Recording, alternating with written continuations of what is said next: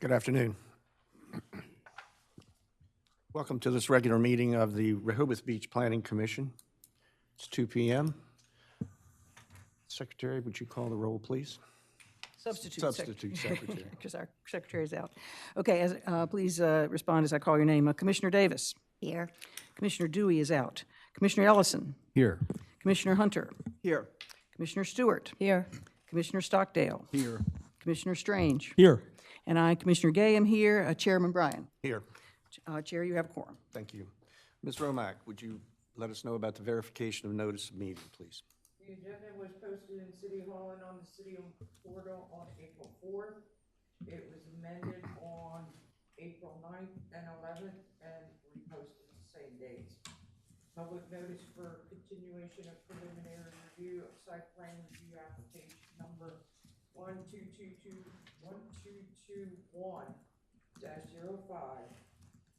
Belhaven Hotel for the property located at 2 Grove Avenue was posted in City Hall and on the portal on March 19th. Notice was published in the Cape Gazette on March 26th and March 29th, and Delaware State News on March 22nd and March 27th. Mailings specific to this property were sent out to property owners within 200 feet, and signage was posted on the property. That's all I have. Thank you. Just by way of housekeeping, if anyone is here for the 10 Columbia partitioning matter, that has been deferred at the request of the applicant, so that will not be heard today, but that was previously scheduled for today. Today we will start with the continuation of the preliminary review of the Belhaven Hotel. Let me first remind everyone that the purpose of a preliminary review meeting is, this is as per section 2, or chapter 236-32G. Purpose of the preliminary review meeting is to receive preliminary input from city officials, nearby property owners, and the public, and to determine whether additional information is needed from the applicant or others, and whether there are legal or factual issues that need further clarification prior to final action by the Planning Commission at a subsequent meeting. Our focus today as a Planning Commission is to focus on how this application differs from the earlier one and whether there are factual issues that need to be explained and discussed before scheduling this matter for a public hearing. Is Mr. Forster, are you here on behalf of the applicant, sir?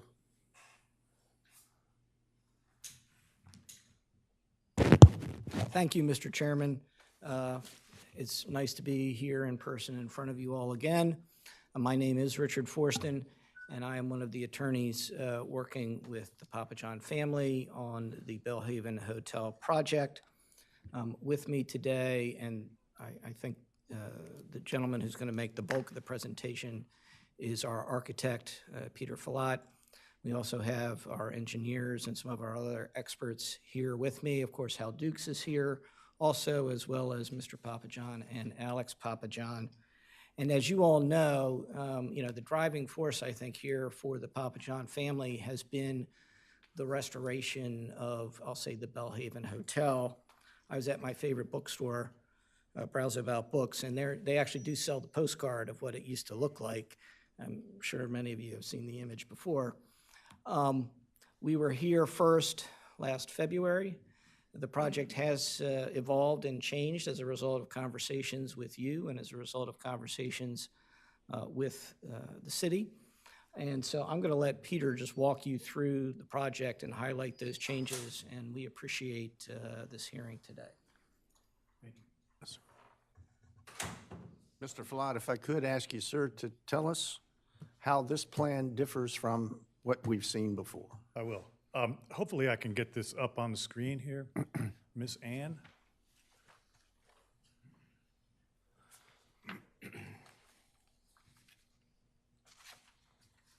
Drum roll. I will add that I have our structural engineer here with us today, as well as our geotech engineer and our civil engineer. Peter, you need to pull up the file. It's, I'm looking at it on my machine.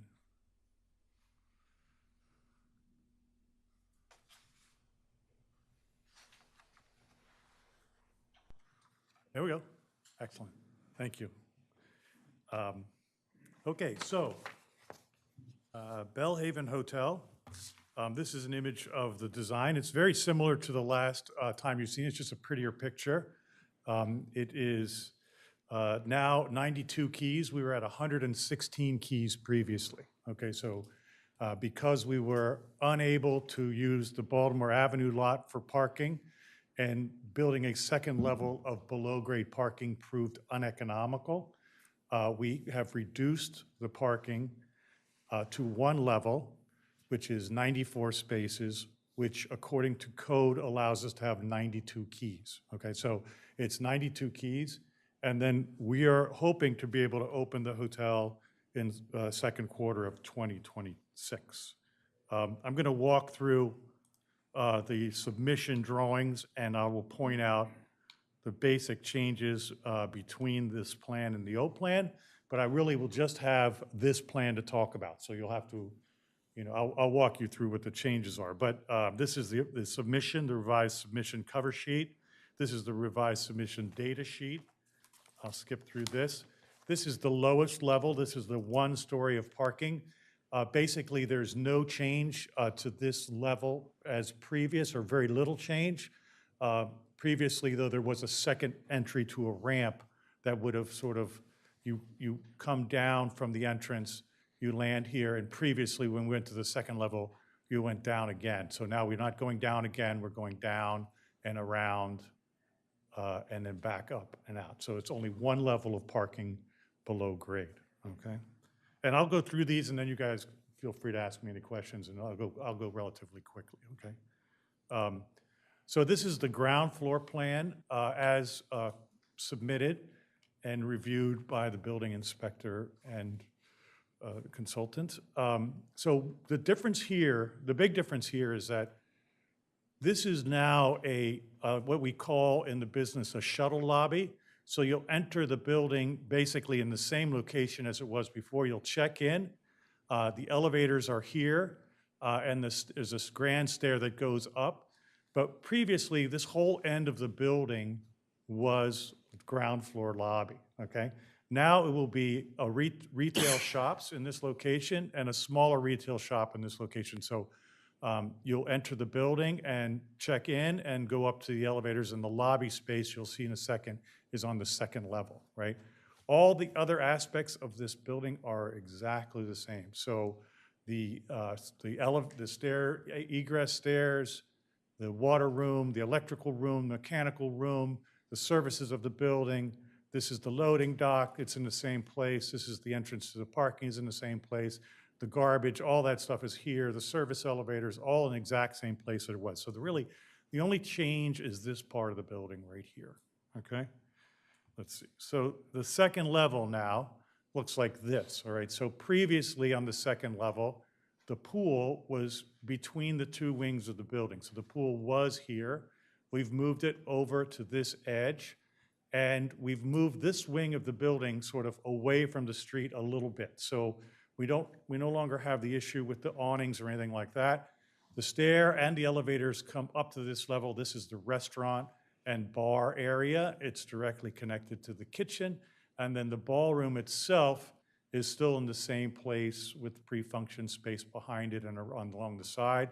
And what's nice about it now is that this restaurant will have some water views. You'll be able to see some water views in and around the rooftop of the adjacent building. The adjacent building is like 1 story with a pitched roof. So you'll be looking around that, but then also it has a direct connection to the pool. And so this really will have a different and probably a nicer resort experience for the hotel. The spa and the exercise room are located in this area here. And then the balance of the plan is guest rooms that sort of overlook Rehoboth Avenue and the boardwalk. And I should take a step back. Just so you know, the boardwalk is on this side of the drawing.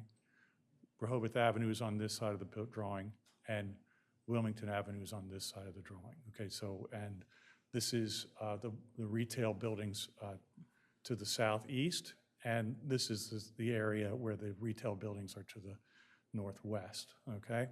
So anyway, this is the plan for the second level. We think it works really well. And the other thing we've done is these spaces are now two-story spaces. So when we calculate the FAR, we calculate those spaces twice. So as opposed to previously, we had spaces that were 12 feet and lower. These spaces are actually a little bit taller. They're two-story spaces, so they're counted twice in the FAR. And that's why on this side of the plan, you don't see anything. The balance of the plan is the same. These are all guest rooms with balconies. And then the top floor of the building, again, is where you sort of see the two wings of the building. This is all guest rooms here, guest rooms here, guest rooms here. And then we took off the rooftop bar and we're just making it an outdoor space for the hotel. So it's like a flex space similar to a meeting room, or it'll be an indoor-outdoor space. And so it's no longer a restaurant or a bar. Okay. So here's our beautiful roof plan. We still anticipate having a substantial amount of living roofs on the project. There's also, our hope is that we will have solar panels on the roof and also a garden for growing vegetables and herbs for the restaurant space. We also have the cupola located in this location. It's been revised to be small enough to meet exactly the letter of the law. It's in the basic same location as it was previously and what you saw in the original image. I'm sorry, I'm going the wrong way. These are the elevations. It's very similar to what you had seen previously. There's really no change to the footprint of the building. There's very little change to the exterior of the building other than the fenestration around where the lobby is on the second level. So this whole facade of the building is really unchanged and still super exciting and very high quality. This is the image along Wilmington Avenue. So this is the Wilmington Avenue facade. You can sort of see here now, these were guest rooms all along this edge here, and they're not guest rooms anymore. That's now going to be the lobby space. This is the ballroom. And then the balance of this plan is this is the part of the building that's set back.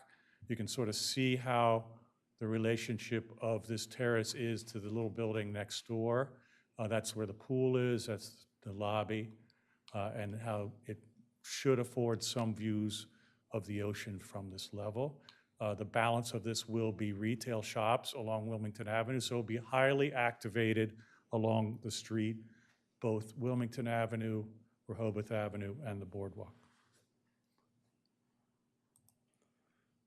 Let's see here. This is a building section showing, again, this cross-section through the lobby and through the two wings of the building. So again, this shows you the underground parking. It's one level. This shows the retail space. Both this is, on this side here is Rehoboth Avenue, and on this side over here is Wilmington Avenue. And this is the lobby space, 2 stories, and the pool, as you can see, overlooking the street and you know, the connection between the two. And then this is, above the lobby, there is that little wing of guest rooms, as I mentioned. This is a section sort of further up the wing of the building. So this is the adjacent parcel is here. This is retail. This is the part of the one-level garage, and you can see that there's 3 levels of guest rooms over this wing. This shows how the setback works coming off of the street and how the awning, you know, respects the setback requirement. This is that awning that we will get a separate permit for being in public space. And again, over here, you can see how the building is set substantially further back here, so we don't have that issue. And same thing here. This is that setback line there.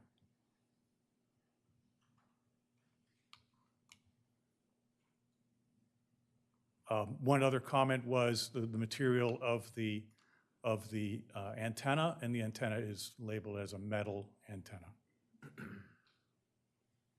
There's not 2-story space here. This cupola is actually a separate structure that sits on top of the roof, so we don't have double-level space under that cupola.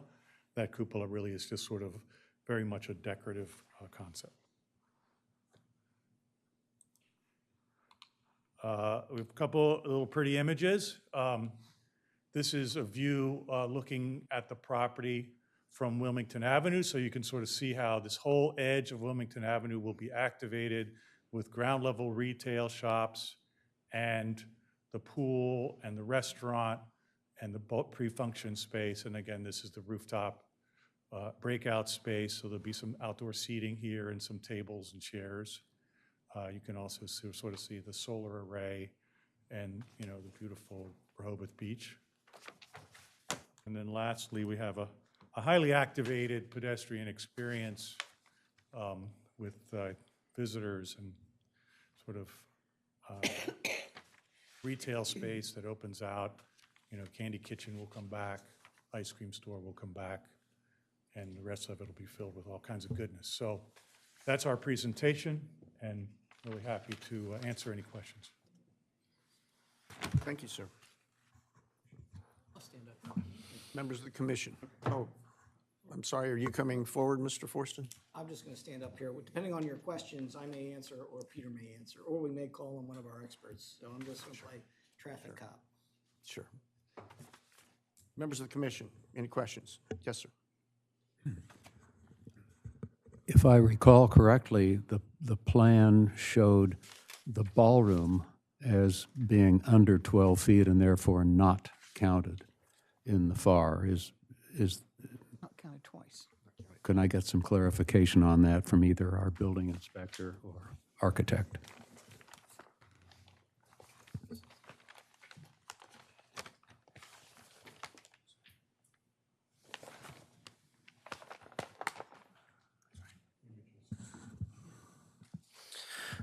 Thank you, Mr. Ellison. The plans do show that the conference room is now under the 12-foot. So, right. I thought Mr. Flott just said it was over 12, it was counted twice. I thought that's what he No, just said. I think it's right. The retail space is the lobby is counted twice, but the ballroom is not. It's Okay, 11 fine, foot okay. 11. I stand corrected. Okay, actually, I have a related question. Is that your only question, Jim? Yes. Because I wasn't going to ask this, but since you asked it, I have a related question, and that is it a ballroom or is it a conference room and meeting room? Because there's a difference, and especially in the code and just in general use, there's a difference. I was trying to figure out what the use of it was going to be. It's been labeled as ballroom all this time. It's labeled ballroom. Right, okay, so then it's not being excluded, it does not qualify for that exclusion from the FAR of the 5,000 square feet, right? Okay. I'd like to follow up on that. If I've read your plans correctly, which granted I may not have, they appear to have subtracted 5,000 square feet for, quote, meeting space.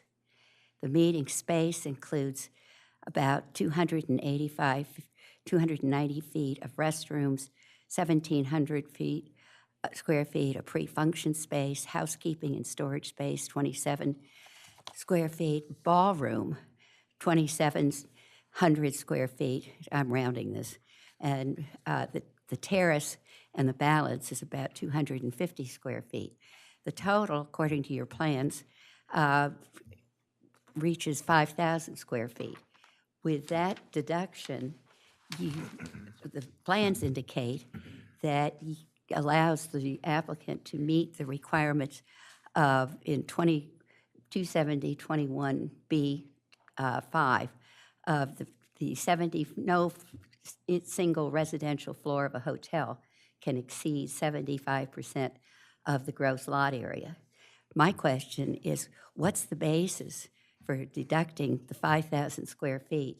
If it's a meeting room without all of this associated space with it, that can be deducted if it's to be used only for meeting room, for meetings and conferences without any other purposes. A ballroom suggests to me that you have in mind potentially, wedding receptions. It's a venue, it's an event space, and that even if you deduct the ballroom as a meeting room, that's only 2,700 square feet. And so I'm just trying to figure out the numbers and the exclusion. And last but not least, the deduction that's allowed in 270-21B5B is only a deduction for the 25% average of all residential floors, and not for deductible for purposes of meeting the 75% lot coverage requirement for a single floor.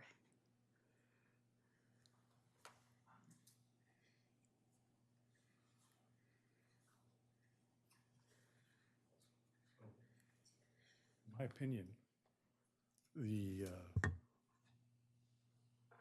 5,000 square feet is deducted from the lot coverage. Well, that's what your plans say. My question has to do with the code requirements and whether Well, you that just said it wasn't a deduction is. meeting room. It's consistent with the building inspector's interpretation.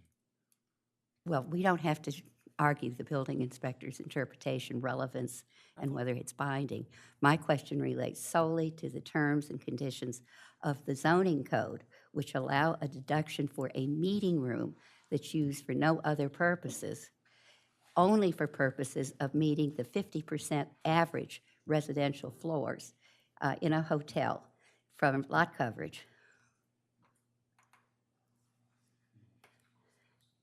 I don't have the numbers, I mean, I'd have to sit down and spend a minute or two rerunning the calculations, because I don't know.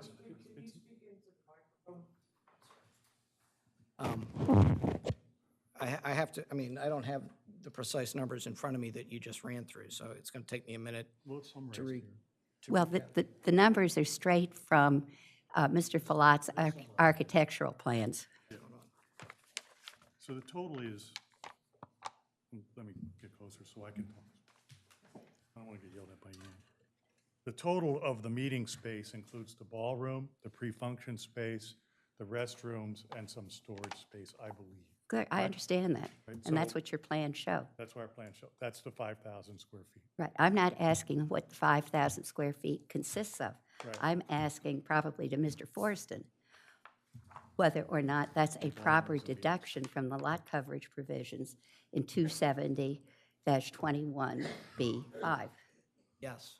And what is your basis for arguing that, or claiming that? Well, it's been labeled ballroom all along, but, I mean, I've always envisioned that space as conference space, in the sense that I know when I've come to Rehoboth and Dewey and whatnot for meetings, and we've used the convention center here, or we've been down at the Hyatt, you have your meetings in that large room, you know, and then you line up the chairs, and people sit in the chairs, or you put out tables, and you have food and whatever. So even though I imagine from time to time it will also be used as a ballroom in kind of the more traditional sense, you know, wedding receptions and whatnot, you know, this venue and this facility is viewed as a destination for conferences and things like that during the off-season, and that's going to be the primary use of this space. I mean, so what's in a name?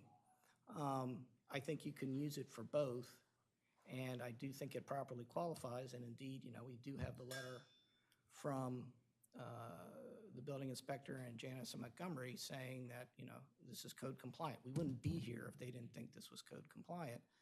So I think it's consistent with the code, yes. Well, I just, in response to your what's in a name, I'm going to read into the record because I think it will help clarify what the code requires. Section 270-21B5 provides, quote, any one residential floor in a building in a commercial district used in whole or in part as a hotel, motel, or inn may include meeting rooms as for use as convention facilities, to the extent that the aggregate floor space of these meeting rooms does not exceed 25% of the gross lot area, or 5,000 square feet, whichever is less. Such area exclusively devoted to meeting rooms and no other purpose will not be counted in calculating the 50% maximum lot coverage in subsection 270-21B5. In no case shall the floor area ratio of 2.0 be exceeded. The meeting rooms as permitted in this section shall contain no food preparation areas or areas devoted to the dispensing of alcoholic beverages. I think that's the code section. It's what it says, you've read it word for word. I mean, meeting room is not defined, and I would suggest to you all that a ballroom is a type of meeting room, perhaps more specialized. But what happens in a ballroom? People meet, they come together. So I think we're getting stuck on technical terms here, neither of which is defined in the code itself. And in the absence of a specific definition in the code, to the extent there's ambiguity or confusion here, the rule of thumb, and in fact, the rule of Delaware, pursuant to the Delaware Supreme Court, is that zoning codes are I know. interpreted in favor of the property owner. Well- So I think the ballroom qualifies as a meeting room for purposes of that section. Well, I will grant you that there is no definition of meeting rooms in Chapter 270. However, this section says that meeting rooms which are exclusively devoted to meeting and no other purpose will not be calculated or counted in the calculation of the 50% maximum lot coverage. So we can disagree on whether that covers. Well, but if you agree with me, and it sounds like you don't, but if you agree with me that a ballroom is a type of meeting room, then it satisfies the code. But if the ballroom that is eligible to be excluded would be one that could not be used for anything other than meetings, not wedding receptions, not with all of this space around it, the hotel patrons, staff, restaurant patrons, the public coming up through the lobby area can be using, going through, and so forth. Anyway, I think I've made my point, you've made yours. I would say a ballroom can be, a wedding reception is a use of the ballroom for a meeting, but you're right, we can agree to disagree. You know, I'm not, I guess my follow-up to that would be, I'm not hung up on the word ballroom versus meeting. It's just that the code does have a specific requirement that there'd be no alcohol served there and no kitchen area. So are you going to restrict that ballroom then to non-food events and non-alcohol events? If so, then maybe it's not a problem with the word. It just depends on the use. Not sure what your plan is. Right, and also restricted to just meetings, no wedding receptions. yes, I suppose No so. other functions. Yeah. Well, it says they shall contain no areas devoted to the dispensing of alcoholic beverages. To my way of thinking, that doesn't prohibit people coming in with drinks and whatnot. What it prohibits is bars and areas where you've got, if there was a bar in that room, so that space would be essentially devoted to dispensing of alcohol, then I would concede your point, but that's not what it says. So then the pre-function space would be left out of that as well. So it would only be the 2,700 square feet for the meeting room, because the pre-function presumably is where the alcohol would come from. Maybe. Okay. Yeah, that's what's done there.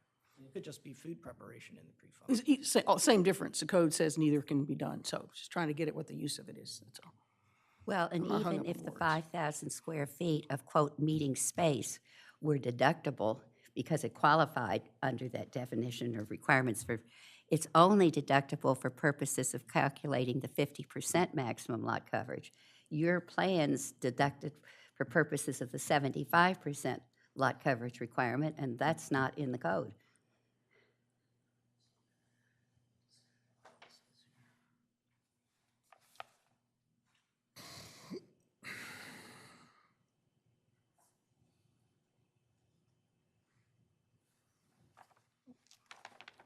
I'm just looking at the calculations. Do we want to ask Matt anything, or just let them go? Yeah, again, my understanding, although Mr. Janis can correct me, is that the 75% is a maximum for any one particular floor. So I'm not sure I'm following your question. Well, and I agree with you, that 75% is a maximum for any one residential floor, but the second floor level, according to Mr. Falat's plans, are 32,250 square feet, and that is more than 75% of the total lot coverage.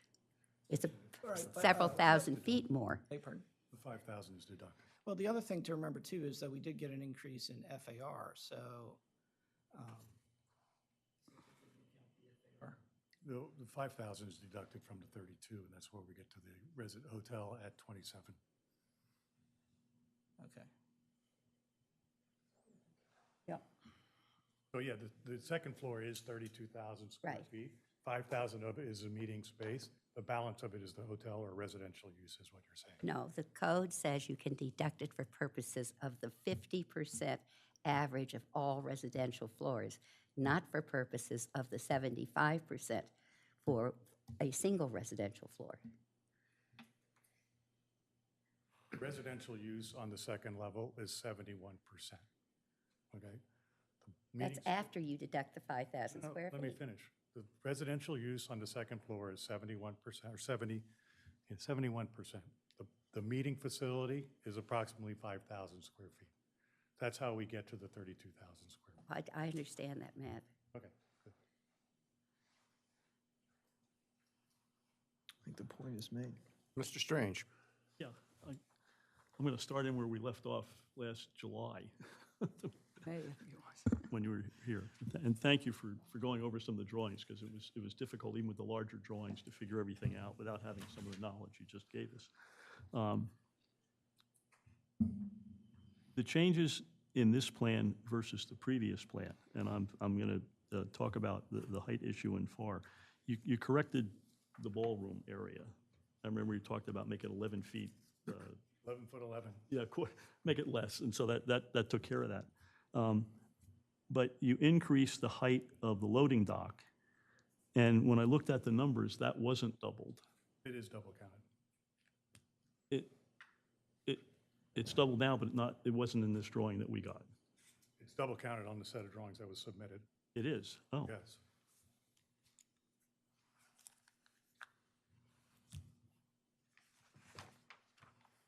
Okay, because when I read it, I thought it said 672 feet. And that actually ended up being the actual Wrong mouse. dimensions. Is this the thing that says double height loading dock, 854? Is that what? Okay, so does that mean it's only 427 square feet? No, the original, it's counted both in the gross square footage for the service, and it's counted in the loading dock.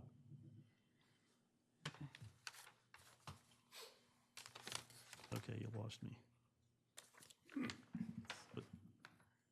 But the absolute square footage of the dock is 672, but it would have to be doubled, and that wasn't shown in the calculations as having been doubled.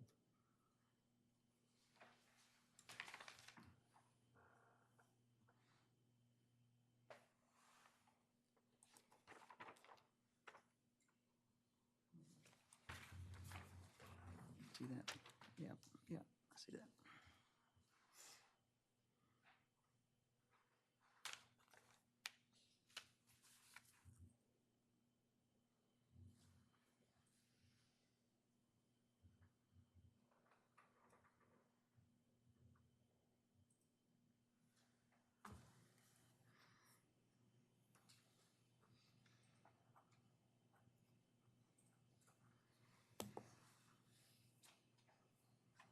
Yeah. This is the loading dock. That's the additional 860 square feet.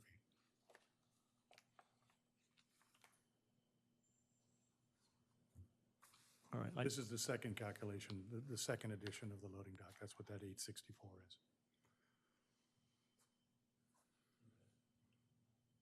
still not sure it's, It is. It is. We're not being nefarious at all. No, no, It's- I it's a- just- There's a line that says the double count of the loading dock is the 864. That's that space. But Matt's number says it's, Yeah, but the loading dock, when you look at the dimensions, is 986, so I don't understand. 672 feet by itself.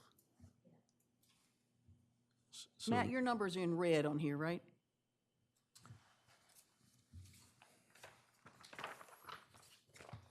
On the drawings, not in the report, they're on the drawings. Yes, if you have the drawings with my square footage calculations, yes. So your loading dock says 986, Correct, that's what I measured. okay. And they're saying 854. I don't know whether that's a material difference or not, no idea, but it's just, Well, I don't think the entire loading dock is 2 stories. I mean, as I interpret the drawing, It's the area that's shaded right there. it's That's only the part that's crosshatched two-story area right there. that's, The 600, it's the 672? 672 is the whole loading dock, and then 854 is the stuff that's taller. Okay. 812 according to this drawing. Again, on the area here that's listed, it's 854. Okay, so that, all right, That's a double height space. okay, because I couldn't figure that one out. Yeah, that's what's going on. Okay, Matt, excuse me, 986 is the double height? It is not the double height. That is the footprint showing as is shown on the plan. There is, it's telling us that it's 12 by 48. So unfortunately, I don't have a section in there, so I almost have to assume that it's below the 12 feet. Not very safe, but I have no other information telling me any The way otherwise. it works is the loading dock is at elevation, or the grade plane, the part that's shaded, right? That's at elevation 11, okay? So at elevation 11, right, in other words, it matches the street, right? So the truck can only go this portion of the loading dock, then that's the bay itself, that platform right there, that is at elevation 13, okay? So that's not double height, right? That's the difference, so. And then this corridor here, this is all also at 11, at elevation 13. So the only part that's really two-story space is the shaded space, for lack of a better term. We'll call it anything over 12 feet, I'll say two-story space, all right? The only part that's double counted is the shaded area. It starts here, and it goes all the way out to the street. Okay, so maybe you covered this. So the discrepancy between Matt's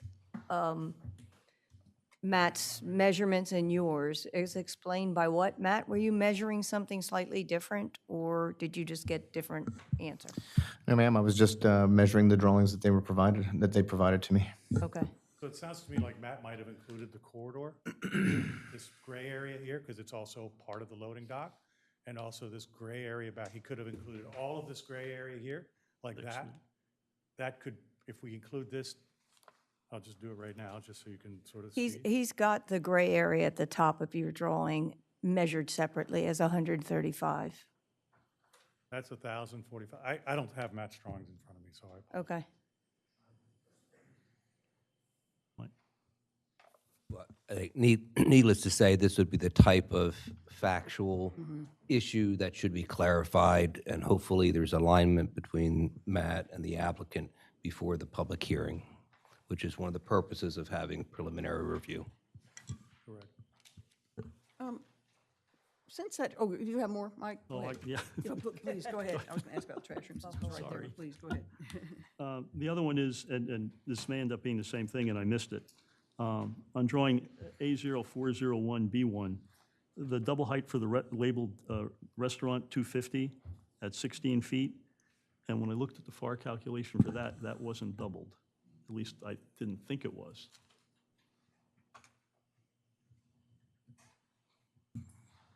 This plan right here, that white area right there, this whole area right here, this here, here, Okay, that's 3,625 square feet, and that's double counted in the FAR. okay, all right.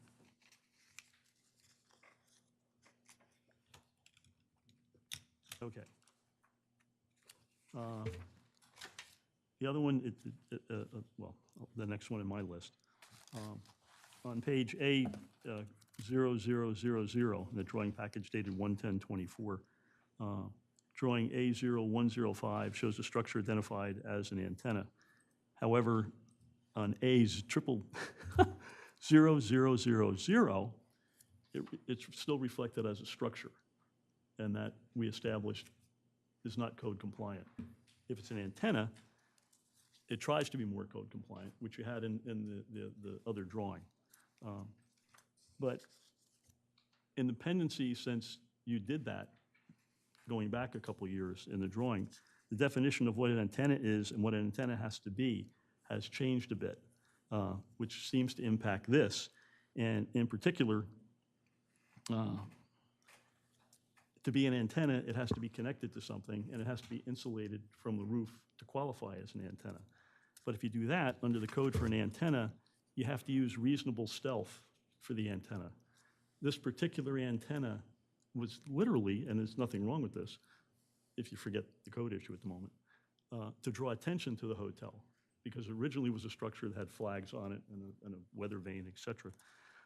By going to an antenna, that made it code compliant because you didn't have to deal with a structure. However, the definition and what the code requires now is that antennas have to be reasonably stealthy. And this one isn't reasonably stealthy. It literally is designed to draw attention to itself and the hotel. That doesn't mean you can't do it, but you would have to get a variance to do it to be code compliant. I just point that out.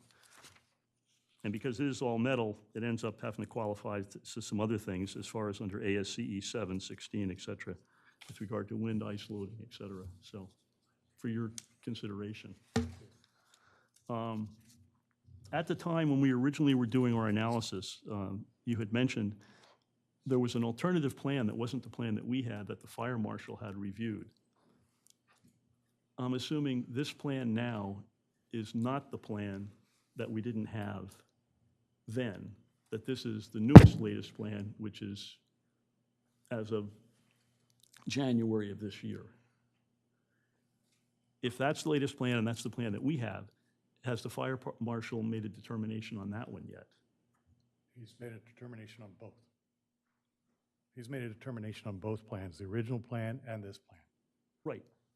So on this plan, we don't, or at least I don't have, was there determination, which is different than what the structural loading issues for people density, on the number of people that can be in the building and the number of people per area? Because that we don't have a copy of.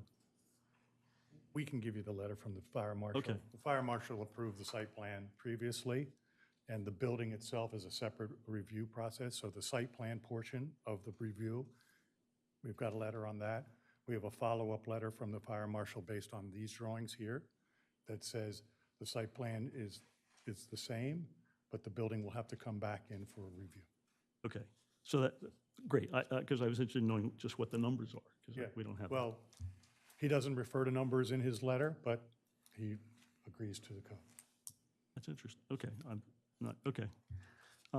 He does, what he refers to are the upgrades that the building is going to make in order to accommodate their concerns and their desires, but it doesn't have numbers in it, but I'll share with you the letter, it's not a problem. Okay, yeah, because obviously the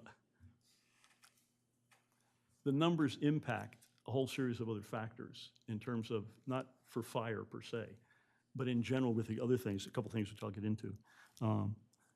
The other is with regard to, and when you were here in July, and I brought this one up, that you hadn't made a decision yet with regard to battery backup for the solar cells. And the reason I raised that is from a couple different dimensions. You have about 2,000 square feet of solar panels, which is terrific from the standpoint of environmental issues. But 2,000 square feet, using today's technology, results in about 1,300 amps, between 28 and 32 volts, depending on what you're selecting. And in most of your other drawings, particularly on the roof, you show placeholders for various equipments. But one, have you made a decision yet if there is going to be battery backup? If there is battery backup, then you need to show placement of the equipment, which ends up being a fire code issue and a safety issue as to where the converters are, if there are in use, unless you're going to use DC only within your facility. So I don't know where you're at on that. Yeah, so right now, the whole solar system is a design build, and it's anticipated that we will not do a battery system, but again, that could change, and if it changes, we'll build the battery so that it meets code. Okay. Yeah, I mean, these are issues that we're not going to really decide or land on until much further in the process. I mean, first we got to get through site plan review, then we have to do all the construction drawings, then all the construction drawings will get reviewed. And so a lot of the issues that you're raising, you know, where are they going to be bolted to the roof, or where are the lines going to run, or the conduit, and that sort of stuff, that all gets done obviously much later in the process. And we're not doing that now because it's just not part of site plan. Who knows? I mean, if we have to, we'll abandon it. So that would be a condition on approval for something, okay. Okay. Because even if you don't have solar panels, it's still an issue because if you're going to convert it to something that requires significant equipment to do that, because of the level of what you're doing, which is terrific, but. Right, I mean, again, we are going to comply with your all's building code. We're going to comply with all the applicable laws. I mean, the problem is that it's a process. Yeah, it's Right chicken now, we're or egg, still at the yeah. site plan process. And we're not fully engineering this building and doing all that design work because we don't necessarily know what the envelope's going to look like yet. So we can't put the cart before the horse. Okay, got it. And I don't mean to be argumentative. I mean, I wish I had answers. Well, no, for you're you, not but being I don't argumentative. I know. mean, it's an issue that hasn't been resolved. It's like chicken or egg here. Right. You know, which comes first? I would hope the overriding message that the commission has taken away and that the city in general has taken away, you know, I showed you that postcard at the start. I mean, Mr. Papajohn views this building as a legacy building for the city. That's his goal. There's a lot of extra architectural detail and a lot of extra stuff being put into this building that, you know, if he was interested in just doing a Motel 6 or something like that, you'd never sit, right? And I remember early on, I wasn't here, but I saw I know there was a concept plan review process, I think it was in 2018.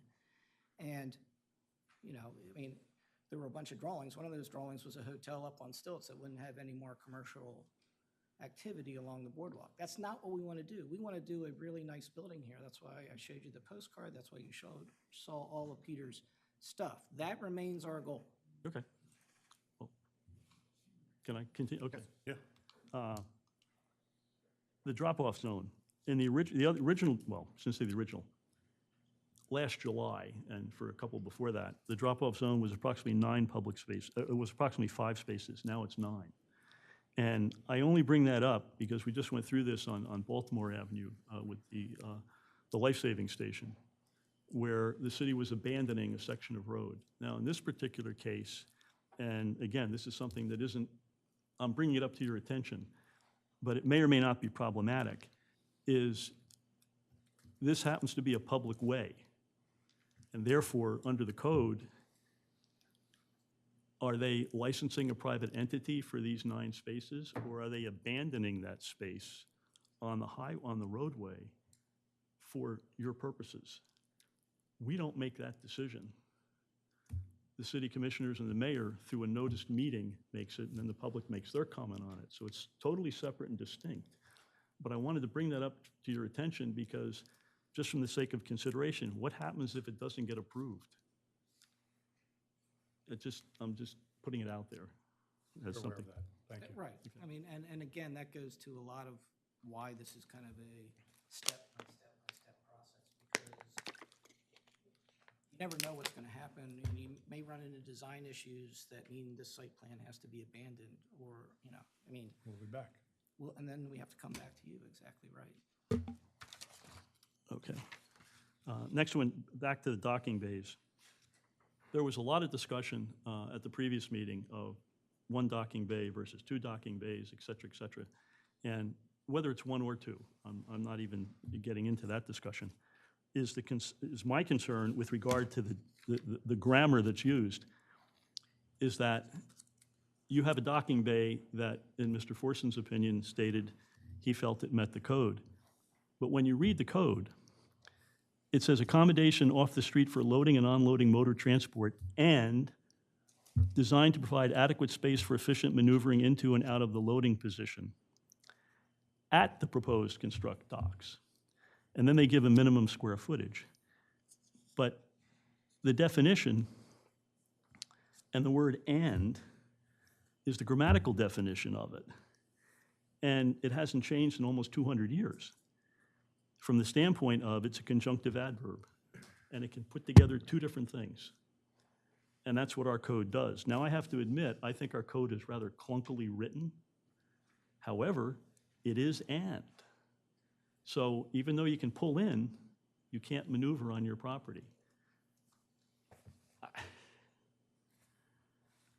I just, Well, I would say but this is consistent with, you know, I'd say a dozen or 2 dozen loading docks. I mean, we're not doing anything differently with respect to this dock than other loading docks you have at other locations in the town. well, that's an interesting point, because I don't know what decisions were made previously by building inspectors, and maybe they didn't know how to read either. But it is what it is, and the grammar that is the legal grammar. So I raised that an issue. It is a concern, because even with the loading dock as currently designed, even though it, quote, meets the code explicitly for that particular section and doesn't provide any maneuvering, all your maneuvering occurs in the public street. And if the truck is over roughly 58 feet, when it docks, it's going to be across the sidewalk. If it's longer than that, it's going to be in the street as well. And under our code, you can't block the sidewalk for any reason. Now, there's solutions to that, obviously. It may require a little bit more space than your current plan requires that you've laid out. So it can be accommodated, but it doesn't meet the standard right now, even if you assume just one dock. That's the main issue. If we use a bigger truck. Beg your pardon? If we use a bigger truck. Right. And you have no control over, I mean, as was pointed out at the last meeting, well, the last July, a couple of people that spoke indicated some of the difficulties with trucks coming and going and their size and their scale. And that's the reality of the trucks that come into Rehoboth Beach. You can't, none of us can control that. And you're in the ocean block, which makes it even more difficult, but that's just by dint of location. Well, I would disagree. We could control it. I mean, we can tell our suppliers, you can't bring a truck bigger than X feet. Well, if you're able to do that, I mean, I don't know if that ends up being a condition, but you have a safety situation that is real in this particular case.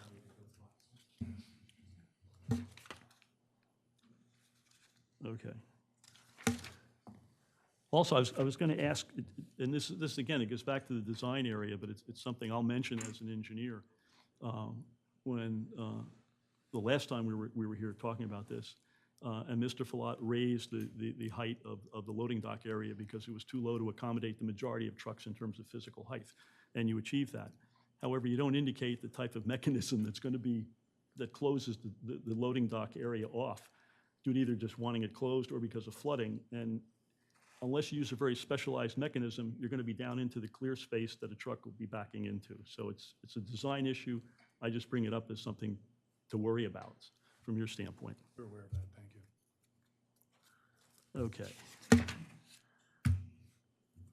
The trash room, which is something that I can't remember which of you said we'll look into it. My quick analysis, even with and I have experience in this area, with the reduction of rooms, but the increase in the retail space, the currently allocated space for the room, even if it's, I think you said it was going to be refrigerated to prevent problems with putrescibles, appears to be way too small to accommodate the probable generation rates for your facility. Significantly too small, not just a matter of a foot or two. And do you plan on it being, I mean, you had commented you were going to make, because of a question from the public, that you were going to be truly refrigerated as opposed to just air conditioned? No, we'll condition it. I'm sorry. It will be conditioned. Okay. But the size definitely appears to be way too small. Using normal standards, the American Public Works Association or other federal and state agencies. Well, that's also a function of how often you empty it and how often you have people pick up trash. I mean, I could have a huge room if I only thought trash was getting picked up once or twice a week. I could have a much smaller room if trash was being picked up every day. Right, but in doing that, you've got to, how should I say this? At the current design level, you're going to have trash picked up twice a day, which I don't think is, well, you can do whatever you want to do, but I want to let you know that's the order of magnitude we're talking about. Well, right, and some of this is you have floor plans that I suspect probably, hindsight's always 20/20, design details that really aren't necessary for site plan review, and this strikes me as one of them. I mean, it may be that you have to expand the trash room and shrink the storage room next to it. Don't know, but I mean, if we do that, we're not coming back for a new site plan review, obviously. I mean, a lot of those little. Right, but one of the difficulties is under the code, what we're supposed to do in terms of public safety, it goes through, well, you're familiar, goes to all 23 items. That's what we're supposed to do. And if the reason we're collectively a large group with various and sundry backgrounds is to help pick up on those things that most people might not pick up on. And so here, I'm advising you. I understand that the comment was well-intentioned and offered in good faith, and I do We can give you appreciate an that. we can show you what our trash plan is before the next meeting. That'd be fine. Okay, trash room. Okay.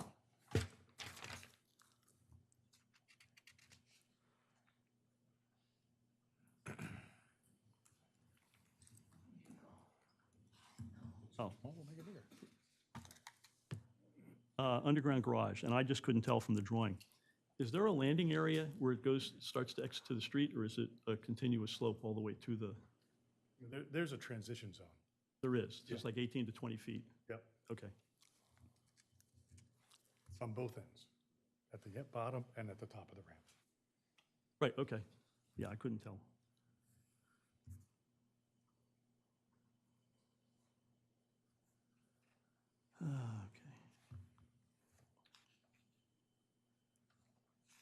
Okay. Okay, so it meets the IBC standard. Now, the other problem is, I noted this last July, and I didn't know, I couldn't tell if there was a change in the drawing, is when a vehicle comes up, and now that it's level, that's a big improvement over if it was at an angle. But when a vehicle comes up and stops before it exits the sidewalk, the driver of that vehicle has has no ability to see what's coming west on the sidewalk, zero. And so there's a solution to that. It's very easy, but I don't know if it fits into your plans, is right now you have a totally solid wall on the right-hand side. If that was a pillar and an opening, you solve the safety problem. And one of the areas is that under the code, under 270.13C2, I'll read the whole thing, it's only one sentence. Hotel, motel, inn, where the motor vehicles entrances have been approved by the building inspector so as to comply with the applicable city standards and the state of Delaware Department of Transportation, which there are no standards related to this, and so as not to be unsafe for pedestrian traffic. You have a solid wall, the driver is back approximately anywhere from 6 to 7 feet from the sidewalk. They cannot see if anyone's coming into their zone, nor can a pedestrian see if you're coming out. That's completely eliminated if you have that wall open. It's a design characteristic. From a technical standpoint, it should be able to be accommodated. We were anticipating using mirrors, but we could make part of that panel open. Yeah, We could do that. I know mirrors are used, they use a lot in New York City, but the bottom line is they're still unsafe. It's, the sightline visibility is much, We much have the better. ability to open that up. Well, but I want to make sure I understand your line of sight concern, because if I'm coming out, you know, it's 2 lanes, right? It's 20 feet wide, so I'm in the right lane because I'm coming up and out, and I'm in the driver's seat. So I can look left, and you're right, I mean, if I look 90 degrees left, I'll be looking at the building. you But look- if I look Well, he's right. I mean, look at the plan. Like here, you know, you're on this side, you're coming up, you're stopping because naturally, hopefully you have some sense. There will be a sign there that says, stop and watch for pedestrians. And, you know, there can be a mirror here that you'd be able to, you know, a convex mirror, so you'd be able to see what's going on here. You clearly are X number of feet because you're on this side of the lane to see people this way. Right. But, you know, if we were not to have this screen here and have that open, that would be better. So we could do that. Yeah, it's much, I mean, it's a good point. it's much No, safer. I thought he was. We'll give him When you this- talked about westbound, I thought you meant people coming from the beach. I think you No. do have good line of sight for that. On that side, you're in good shape. Yeah. I mean, I think it's a good point. Okay, I just- And I think the point also is also just to coordinate then again back with Matt Obviously. on Yeah, sure. Yeah. And it really, it gets down to what's called human factors engineering. From the standpoint of reaction time, there's a whole bunch of statistics that Yeah, are no, you're well right. established. We agree. And this is an open lot here, so you can see. Right. You know, it's shown as shaded, but it is an open lot. Now, someday there may be a building I was there. going to say, it's an interesting problem as somebody goes to read the, you know, That'll happen eventually, hopefully, so. okay. Another technical question on the ramp area. On drawing A0100 at the base of the exit ramp, there's labeled an area called smoke evac. And it looks like it's behind a wall, but I don't know if that's in fact the situation. Which plan number?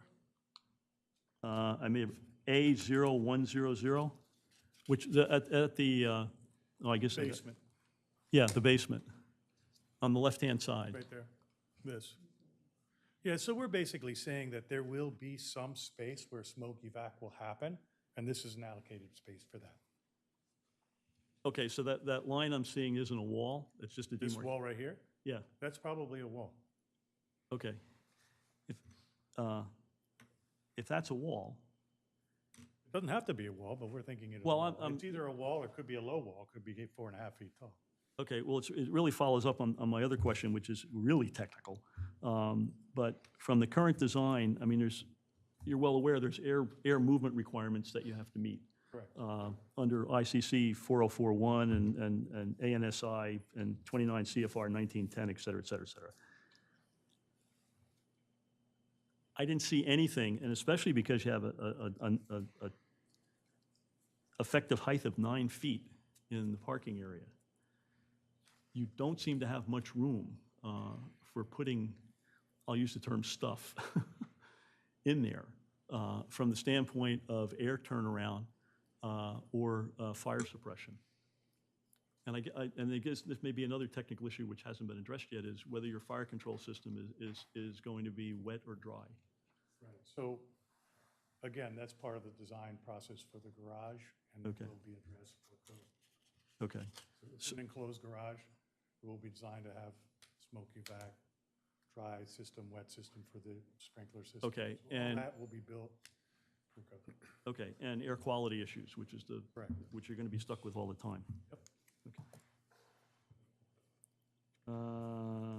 Okay, the other one, this is a much stickier one, I think. Again, sticking with the parking and the space count. Under the code, and not just ours, but in general, every parking space or premises in a garage, et cetera, or outdoors, has to have 162 square feet of usable area for each vehicle, and the dimensions shall not be less than 9 feet in width and 18 feet in length. Of the 94 parking spaces shown on drawing A0100, 21 have vertical structures in that space where there isn't supposed to be anything. And thereby limiting the actual use by 6 inches. And in a couple of them, I think there's a total of 4, there's 2 columns, and so the effective space is 7 feet. And that, I wouldn't say it's easy, but you can end up with a clear space, but it requires different structural components that don't go into the conflict zone inside that 9 by 18 foot space. So it's doable, it's just requires a lot of effort. Yeah, so in Rehoboth and in other jurisdictions, columns are allowed to protrude into the space on the center line of the space. Right, And so that's what we're doing here. right, but as a technical matter, our code says you can't. And that's what the code says. I mean, that is it. The other, now, another thing, which is a point of taking things to the maximum, which we're totally allowed to do. The angle, the reason your driveway areas are 20 feet and not 24 feet is because your parking spaces are angled and less than 75. They're 74.75, so they only have a quarter of a degree, which is totally legitimate. And you can do that. But when it comes time to mark the lines, you're gonna have to really be accurate in doing that. Okay, so much for parking. During the April 23 PC meeting, there was a dialogue between you and your adjacent property owner for Go Fish. And with regard to your ability to build to the property line, which you indicated is your right. That's absolutely correct. I mean, that's absolutely no question about that. However, in order to do that, if you build to the property line, and assuming that the normal approaches to what's used to maintain the integrity of the earth for that property owner, you're going to have to drive pilings in. But because you're going absolutely to the property line, you're actually going to be going into the airspace of the adjacent property owners. So I'm just mentioning as a point of fact, and again, this goes back, I think, to maybe would be a condition, is the fact that if you go to do that, you're going to have to negotiate some kind of temporary and permanent air rights to do that.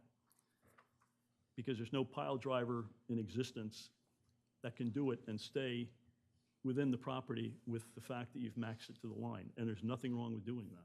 But there is that issue that has to be addressed. Okay.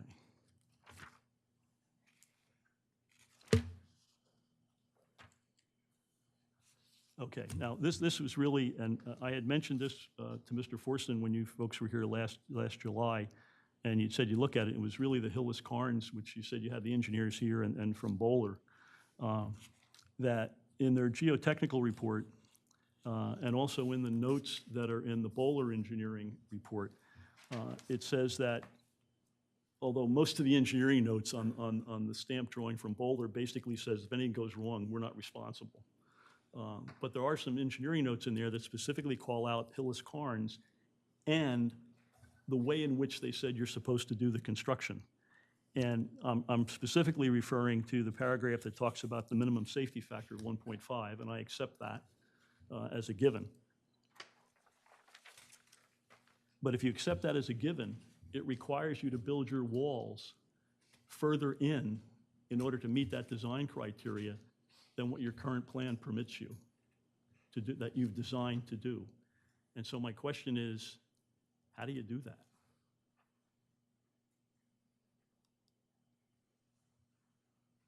Which would make your garage smaller, which then creates a whole series of problems. What note were you asking about again? The Hillis Carnes Belhaven Geotechnical Engineering Study dated April 1, 2022, that we got in May of 2023. And beginning on page 10, item 6.9, below grade walls, specifies the design conditions for the soil characteristics to meet a minimum safety factor of 1.5, should be applied to all passive pressure calculations, et cetera, et cetera, et cetera. Then they show some typical drawings of what you need to do. And what you need to do is to have a specified approximately 12 inches of aggregate material of a specified type that you have to install at the external point of the wall, and you also have to coat the wall using a specific technology. But if you do any and all of that, plus the width of the wall, your garage will end up being smaller than you currently have specified. So you have a conflict there between physical engineering specification by Hillis Carnes versus what you've designed. They don't match. I believe that we're showing like a foot thickness for the wall right now, for the exterior wall of the building, and I think that includes that dimension. If the aggregate dimension is more than 12 inches, or approximately 12 inches, the whole thing can't be. The aggregate is the aggregate, and the dimension of the wall is 12 inches. So it's 24 inches in width. Yeah, sure. So you gotta. We have You have to come to the both up here. microphone. Mike, will you make sure to talk into the mic? Oh, I'm because we're sorry. having a hard time hearing. I'm Sanjay Khanna. I'm the structural engineer for this project with Tajik Nettleson. So you have a good point about the loss of depth so there are many ways in which you can do underpinning. Right. What I typically recommend, what you were talking about is something like using soldier beams or using bracket piles where you lose space. There's also another system called pit underpinning. I don't know if you're aware of that. So in pit underpinning, you actually dig pits underneath their foundation and you support it face on line. So if you do that, you really don't lose any space at all. Your basement wall can be right up against the pit underpinning. Right, but you still have a situation where you're going to have to coat the wall. Coat our basement wall? Right. That's right. So what you would do is, depending on the design, you would have waterproofing membrane over there. You have drainage board, and that's typically maybe about an inch and a half. And then you can actually have lagging on this side, and you can go right against the drainage board and the waterproofing. Right. So you'd probably lose maybe around inch and a half, maybe 2 inches. So 10 inches plus 2 inches. We could even make, it's a one-story wall, we can use high strength concrete, we can make the wall 10 inches thick. So what Peter has shown as 12 inches should work, if you use pit underpinning. If you were to use bracket piles, you would probably lose space. You can backlag it, so you'd probably lose another maybe 4 or 5 inches. Right, so it's extremely close tolerance, I guess is what I would say, with building to the wall, building to the with building to the property line. With building to the property line. But you're still left with the problem of how you're able to do that, because one of the things you're dealing with the nature of the soils is the natural angle of repose of those soils. And trying to put in the nature of retainers to prevent the collapse of the adjacent buildings is extremely hard. And to do that, well, I mentioned earlier, you're going to need air rights capability, because you can't drive them in the way this property is surrounded by the other buildings. So I'm not talking about driving anything right now. I'm talking about pin underpinning, and if I'm not an attorney, but you cannot stop a person from building his building, so you're allowed to underpin an adjacent person's building, and you have to go underneath it to put your pits underneath it. So we're not driving anything, we're digging down. So I don't know if you know how pit underpinning is done. So I don't think he understands that we're actually underpinning the adjacent property yet. Okay, So we are underpinning the adjacent We're property. already going to be on their building, right? We're going to get an underpinning agreement, and we're going to get an underpinning agreement from the three sides that are affected by our adjacent construction. Which is the city and the two property owners. It's not the city, there's not a building on the city land, okay? Where the adjacent properties are buildings. They need to be underpinned. Open land does not need to be underpinned, right? So where. Well, if you've got concrete sidewalks and That's other true. infrastructure. That's true, but that's not a building. So the concrete sidewalk can be rebuilt, right? The adjacent buildings need to be left intact, right? So that's, we could show you a drawing that basically shows that there's an underpinning wall along this edge and along this edge, and there's an underpinning wall along this edge and along this edge. That's the way the building will be built. So a condition of approval has to be that these folks agree to do that. Absolutely. They have no choice. Yeah. They have to agree for underpinning. Otherwise, they have to sign. I mean, I've been doing this 40 years. I probably underpin maybe 500 buildings. We are the largest construction engineering firm in the DC area. We do this day in, day out. We underpin buildings, you name it. I mean, probably every second or third project, we're underpinning buildings. And sometimes we're underpinning buildings that are 20 stories, 10 stories high. Right, And but you have to get the approval of the adjacent property owners. you ask for the approval. If the adjacent person does not give it, then the DC, at least in DC, they're sent a letter. Their building can collapse if they don't allow it. They have to allow it. They have to allow progress of your building. Again, I'm just telling you, this is what the law. If they don't allow you to underpin it, then they're taking a risk. Because then if the building is not supported, there can be an issue with their building. And again, you're talking about a one-story building. It's not a very complicated structure you're underpinning. And this is done every day. Well, I'm not arguing that, but it requires you to get an agreement from the adjacent property owners. Correct. You're right about that. That's what I'm talking about. You're So absolutely it ends right. up being a legal issue, Right. and if you don't have that, it's problematic. It is problem, and that's a separate thing. I'm not Right. an attorney. I'm just Well, telling you about the structure. neither am part I. of it. Right. I'm an engineer as well. So it's an issue which would then become a condition of approval. Okay, wow. Okay, you talked about earlier that you haven't really, the reason it's not reflected in the drawings yet is there's certain IBC and ANSI with regard to ASCE 7 regs with regard to where the building is located and the nature of the windows and the structure and what they have to meet, et cetera, which is downstream, and you don't specify that now, but you will when the time comes. And that would be a condition of approval in terms of where the building is located. That's not a big deal, though. Okay. I only have a couple more, and then I'm finished.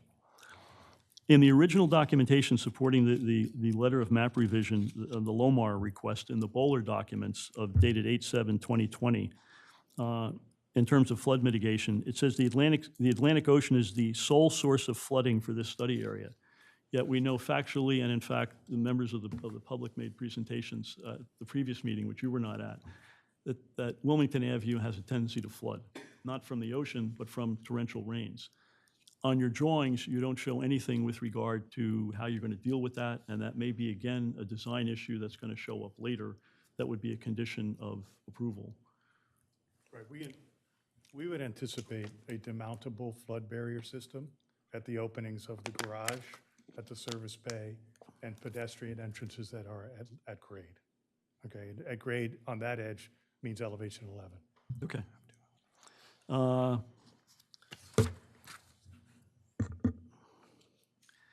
this is one, it's not necessarily an engineering question, but I know there was a lot of dialogue the first time around of defining how much retail space there was, and it got into whether 1 or 2 docks was required, et cetera, et cetera. And it really it ultimately goes to, I guess, if the ownership should ever change. But as a practical matter, in the building, you have roughly 114,000 and change for commercial purposes.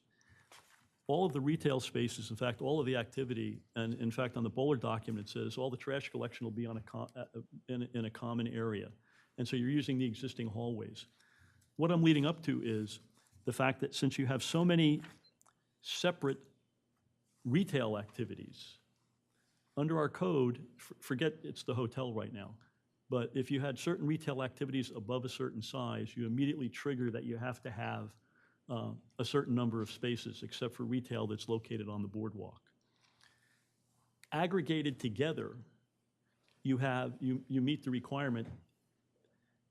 You would be required, if this were a single retail space, it would trigger the need for additional parking spaces, not including the ones that are facing the boardwalk. What I'm leading up to is there may be a need for another condition, if you will. Since you have separate retail spaces right now, you have 6 of them that are on there, and they're being treated separately. But for the sake of argument, if ownership should change, or 10 years from down now, you say, oh, to heck with it, we need to make it all one retail space. You technically can't do that. So it may need, again, another one of those conditions that says you have X amount of retail spaces, but you can't combine anything that ends up triggering the 15,000 square feet. They have to remain separate.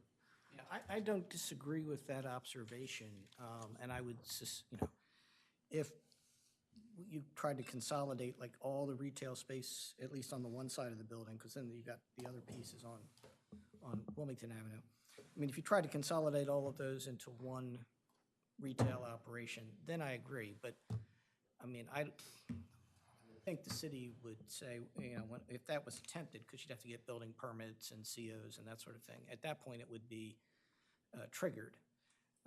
Under today's zoning code, who knows what the requirements will be, 15, 20, 30 years from now. But I agree with your observation. But that's why we only need one loading dock right now. That's why we don't need any parking spaces, because they are separate retail spaces. Right.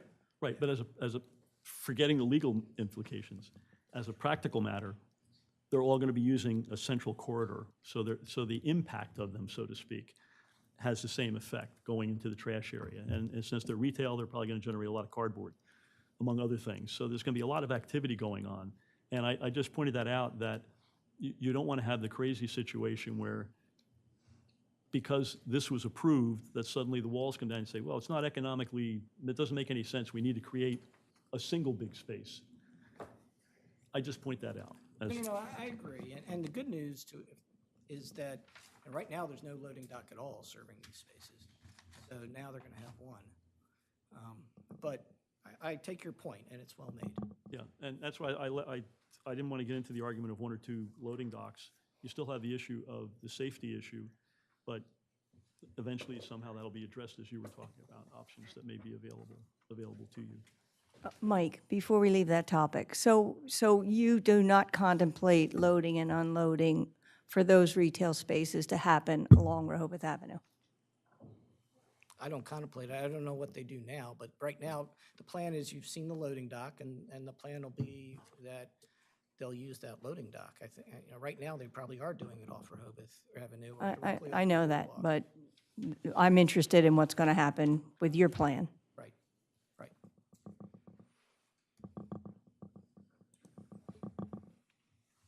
I'm done. Okay. At the moment. Julie? Yes, I would like to raise the question of 1 versus 2 loading docks pursuant to Section 270-36 of the code, which requires a loading berth for, quote, retail or service establishment or other commercial use with over 15,000 square feet or gross floor area in the commercial districts.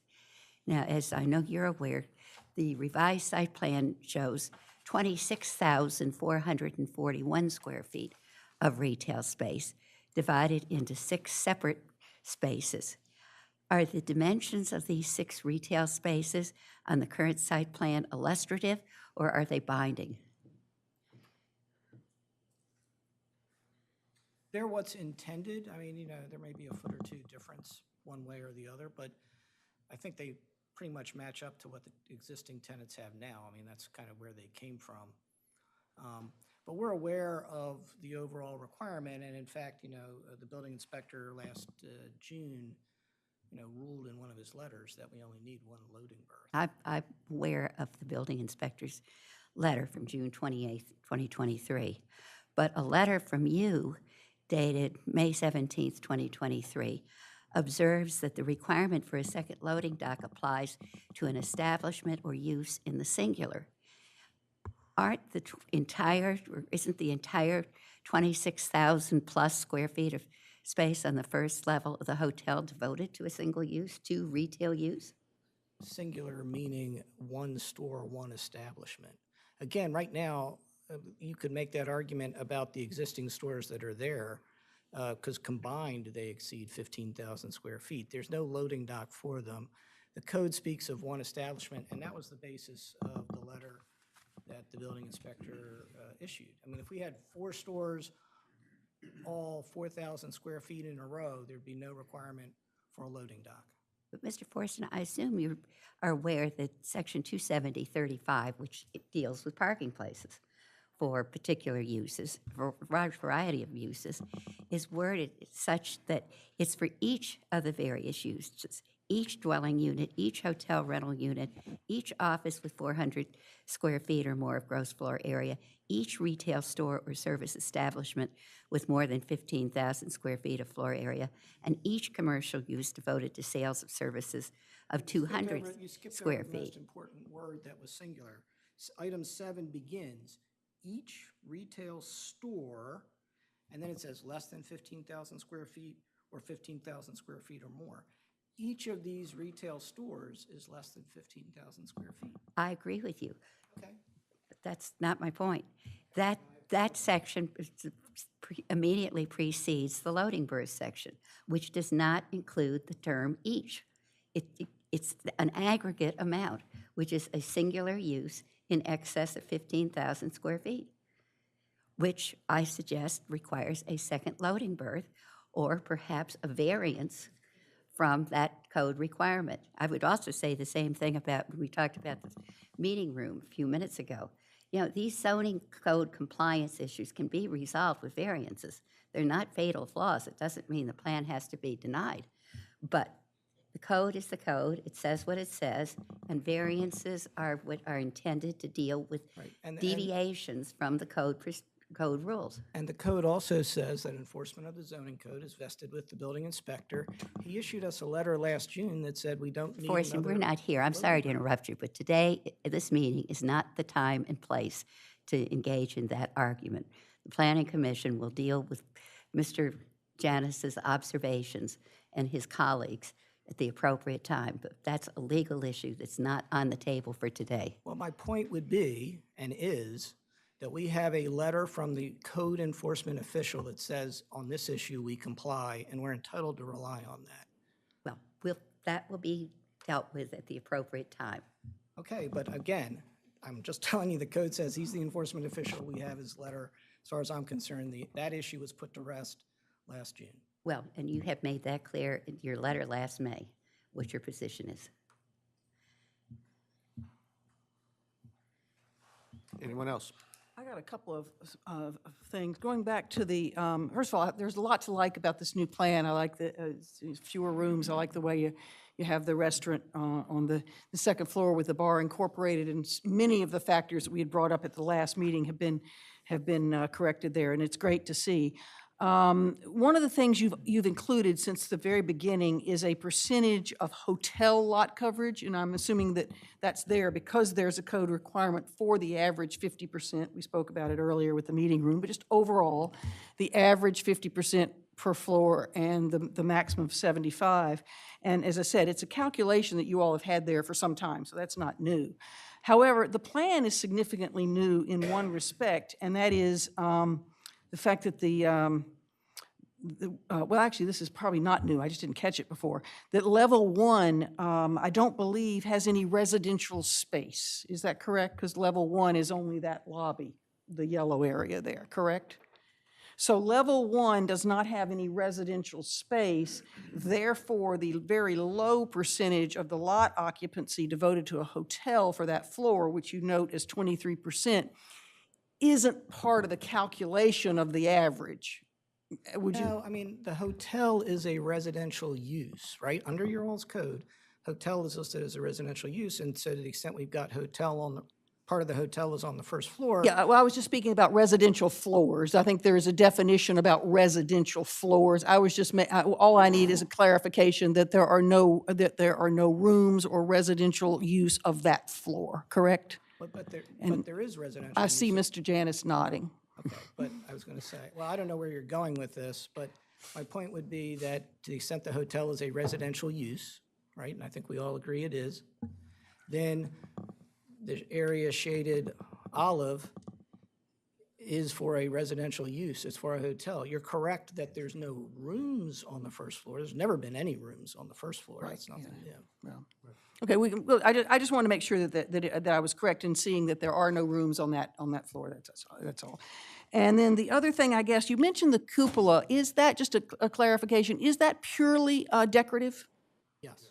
So it will have no occupancy, no storage, no anything else? It's purely, it's Correct. purely You know, decorative? again, if you remember, if you look at the old postcard, Yep. it's purely an architectural feature. We're trying to evoke what was there back in the 30s, 40s, 50s. It has no other function, and, you know, no good deed goes unpunished. Yeah. I mean, we've been trying to do that, and yet it seems as though all we've gotten is grief. But we're just trying to put in a nice architectural Yeah, okay, detail, I that's just wanted to clarify, that's all. Yeah, okay, that was all I had.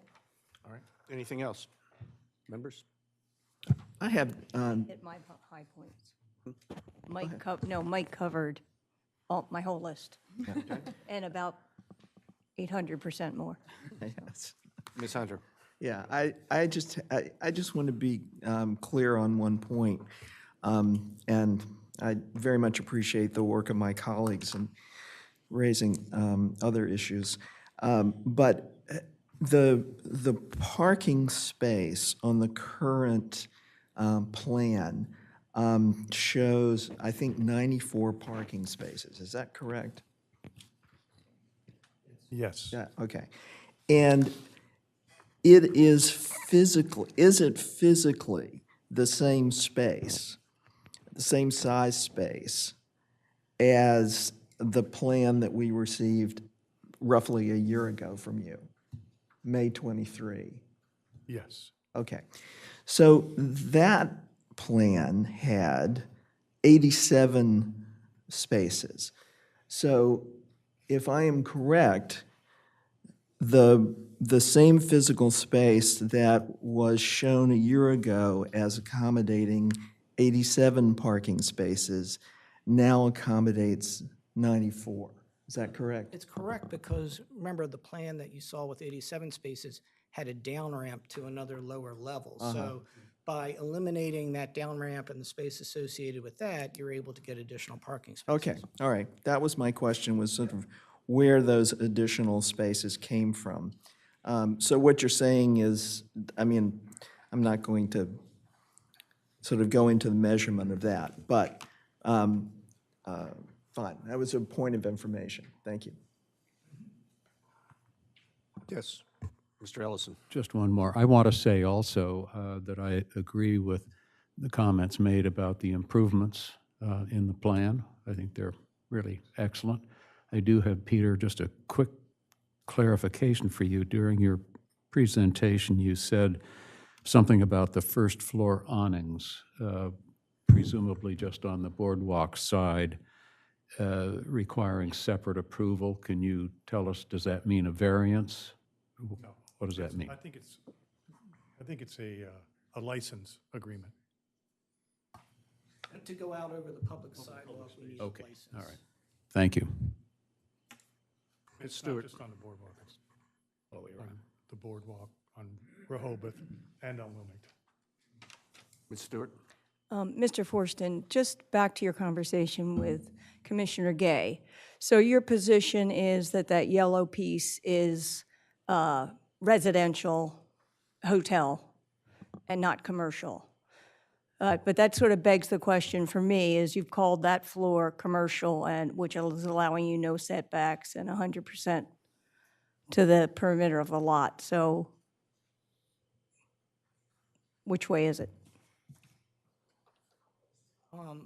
It's a hotel, which is a type of residential use, is the answer to your question. As far as I'm concerned, otherwise, it meets all the code requirements. I don't follow. Well, so there are different setbacks and things for your hotel use versus commercial lot coverage.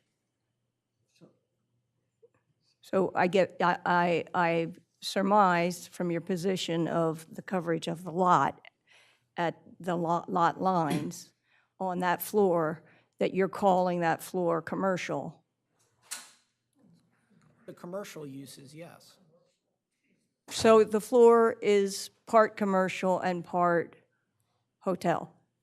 It's a mixed-use building. Right, it's a mix, yeah, exactly. It's a mixed-use building. I understand that. It's also a mixed-use floor. Correct. But it always was. I mean, this isn't any different than the earlier plan in the sense that we had more of the lobby on the first floor before, and now we've moved a lot of the lobby up to the second floor. Obviously, you still got to be able to get into the hotel. But in that regard, it's just as it was before. I understand that, but for purposes of the analysis of whether the average, if that space is in the average of the residential versus not, you're saying that this floor uses are two different things, but for purposes of lot coverage, you're saying this is a floor that's solely dedicated to commercial use. And those, that's a bit of an incongruity in your position on that. No, I don't think it is. I mean, the way the code is structured and the way I've always understood it, hotels are limited to 50% lot coverage. Doesn't mean you can't cover the rest of the lot with commercial. And so that's what's happened here. Part of the lot is covered with a hotel, subject to a certain limitation. The balance of the lot is covered with commercial, which, as you observe, can go to a full 100%. But we meet the lot coverage requirement because we don't exceed the lot coverage restrictions for either use. So if this were 50-50, what would the lot coverage requirement be? As said, 50-50. It would be 50% hotel, 50% commercial, but commercial can go up to 100%. Can go up to 100%. Hotels can only go up to 50%. So 50% of that floor could go to the lot and 50% couldn't. And I guess you'd be able to go to. I'm sorry, I don't quite understand. I mean, if you look at this ground level, which is what this is, correct? A certain percentage of that ground level is dedicated to the hotel. The green area, you could argue maybe the loading dock area, but let's just say the green area is for the hotel, and that's some percentage of the lot. And the pink, or the fuchsia, it's not fuchsia, salmon. Mr. Forston is obviously colorblind, so Yeah. excuse me. We got that. My father's colorblind, so I'm used to it. I'm still looking for the aqua area. Olive, I'm still looking for the olive. The commercial obviously is the balance, and, so it's less than 100%. So both lot coverage requirements are satisfied. Mr. Forston, just to make it clear why this makes such a big difference, if you treat the hotel or the structure, the complex, as having 3 residential floors, because there are hotel rooms on only 3 floors, the 2nd, 3rd, and 4th levels. If you use those 3 floors as the metric for the 50% and the 75% requirement, the average of those 3 residential floors, instead of being 50% of the gross lot area, totals approximately 65% of the gross lot area, and the gross floor area of the second floor, which is limited to 75% of the gross lot area, totals approximately 84%, which is why this calculation, whether the de minimis amount, at least in my mind, of yellow space on that first floor level, to count the entire first floor as a residential floor makes a huge difference in determining the calculation of the 50% and the 75% in section 270-21B5. Put aside the calculation for a second. The question was, is there residential use on this floor? And the answer is yes, because a hotel is a residential use. I hear you. Except, are you aware of the definition of floor residential in our code? It does say a floor or story of a building, any portion of which is devoted to residential use, such as motel rooms or residential condominiums. So, That's what it says. that's what it's, But, that's a look, I definition. stand by what I just said, and as I said before, I mean, this isn't really any different than what you were seeing before, except the lobby was bigger on the first floor and smaller on the second floor. Yeah. So, I mean, if you only want to count the rooms as the residential use, then we can do that. and we Yeah, can that's s- what- We can, if you're going to say that the yellow on this floor is not residential, yeah, I still think it looks kind of olive or greenish to me. But if you're going to say that doesn't count as residential, then let's exclude the ballroom, let's exclude the lobby, let's exclude the restaurant and all the other stuff on the second floor too. I mean, I don't think you can have it both ways. Well, I think it is a calculation question. It doesn't have to be worked out today. I just wanted to raise it as a question. And we are, an answer to your question about why we hadn't noticed it before, we are drilling down more today on the details because we're getting further into the process. So we're just asking the questions, that's all. I'm sure the calculations can be done apart from this meeting, can be corrected, but just asking the question. Because the plan has changed so much, so, we just wanted to ask. I wanted to ask. Anyone else? Think they're worn out. I know I am. Is there anyone from the public here to speak and address this particular application?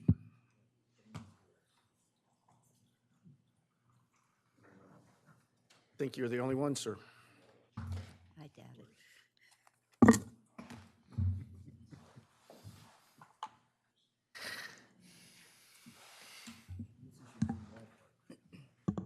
My name is Dr. Michael Treos. I'm one of the co-owners of the properties located at 7 through 15 South Boardwalk and 1 Wilmington Avenue, which is the gray area that you can see up there.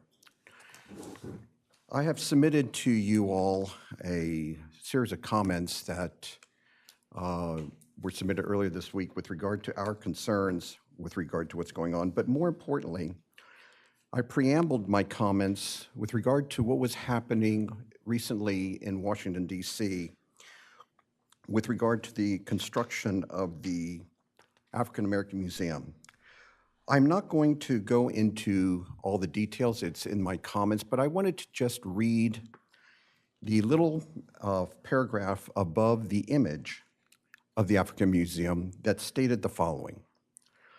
The African American Museum was built on the lowest and last spot then available on the mall. Here would be analogous to the last spot that you can get in Rehoboth against the boardwalk. The engineers had expected to hit water, so they knew at some point they were going to hit the water table. However, but the forces of nature they disturbed put the project in imminent peril. That is, they underestimated what would happen when they hit the water table. And as you read the potential of the article, they were concerned that as a result of hitting the water table in the aquifer, they were concerned that the Washington Monument was going to collapse as a result of building the African American Museum. Our concern as adjacent property owners are a similar scenario here.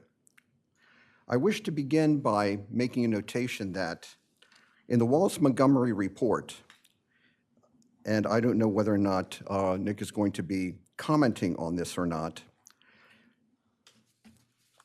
page 5, paragraph 1, discusses how will the applicant comply with regulations of section 159-28B that pertains to the structural components capable of resisting hydrostatic and hydrodynamic loads and effects on buoyancy. I'm quite confident that the applicant will make sure that those issues are taken care of with regard to the vertical hydrostatic and hydrodynamic pressures. But as I stated in my comments to this commission back in May of 2023, we have to take into account the horizontal hydrostatic and hydrodynamic loads.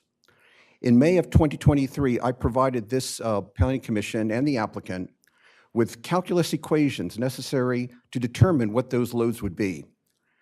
I suggested that those calculations be provided to the engineering people, and then in turn they be provided to this planning commission and to the city in order to determine the potential effects that would have on adjacent structures and the city sidewalks and roadways. This continues to be a great concern for me because even though we're going to be doing supposed underpinning, the underpinning will basically go vertically down, but we have to remember that my properties currently at 1 Wilmington Avenue nowhere go down 12 feet. And as a result, any underpinning that's going to go past the foundation levels of my property are going to be right up against the earth soils. And if we're going to be at or below the water table, and the water table is penetrated, then again, as I stated in previous meetings, the concern for liquefaction collapse of the earth soils and then potential liquefaction damage to my properties is a real issue that must be considered strongly by this planning commission. And to further state that, I had stated previously that, and I'm quite sure that the applicant may have already done a core drilling. But as I stated in my comments, more than one core drilling needs to be done. Multiple core drillings need to be done in order to determine the exact water depth of all of the area, especially in the FEMA AE zone along Wilmington Avenue. Not just one, but multiple, and I had suggested 3 in my comments in April of 2023. Now, I do want to just show one thing here, and I'm going to show you something to dovetail our comments here.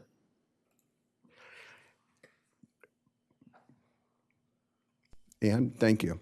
I wanted to dovetail an article written by Chris Flood with regard to the Rehoboth Beach Patrol and the protective sheet pilings that were done. This article was written in March 15th of 2024. And as you can see here, the photographs that were taken, they're drilling in, putting in the pylon sheets along to protect the boardwalk. And as you can see here, this is the pile driving device. But what the article did not follow through with later was what happened afterwards. Well, look at what happened here. We have a huge amount of water that has suddenly appeared. Granted, it's raining. But again, if you would look at something like that, and of course, I've had water on my rooftops, and all you would need to do is go to Home Depot, get a couple of water pumps, and after a few hours, they would go away. But did that happen here? No. It appears that they had to get diesel engine pumping machines into the area here. And they were fed by these tubes that go down, and look carefully, I'll show you here. It is going down one of the piling sheets down to the water table. And they had to utilize a very heavy drainage pipe in order to get this water out. Then once they did that, they were able to backfill with tons of sand in order to resecure the pressure. Oh, this is most interesting, isn't it? Well, let's take a look at the actual device that they used to get this pumping water out. Here's the actual device. This is not designed to take a few, maybe 100 gallons or a few hundred gallons. This is thousands of gallons of water that is used to this device to pull that stuff out. So I think it's important that I just wanted to reiterate, and I'll leave that here for a second so y'all can understand, that the risk for hydrostatic liquefaction damage to our properties is real, and this commission must take into consideration all those factors that I have alluded to in my presentation of April 14th of 2023, and again in May of 2023, and today also. And I thank you, and if anyone has any questions. Anyone? I do have questions. I'd like to hear from the gentleman about that, in response to that.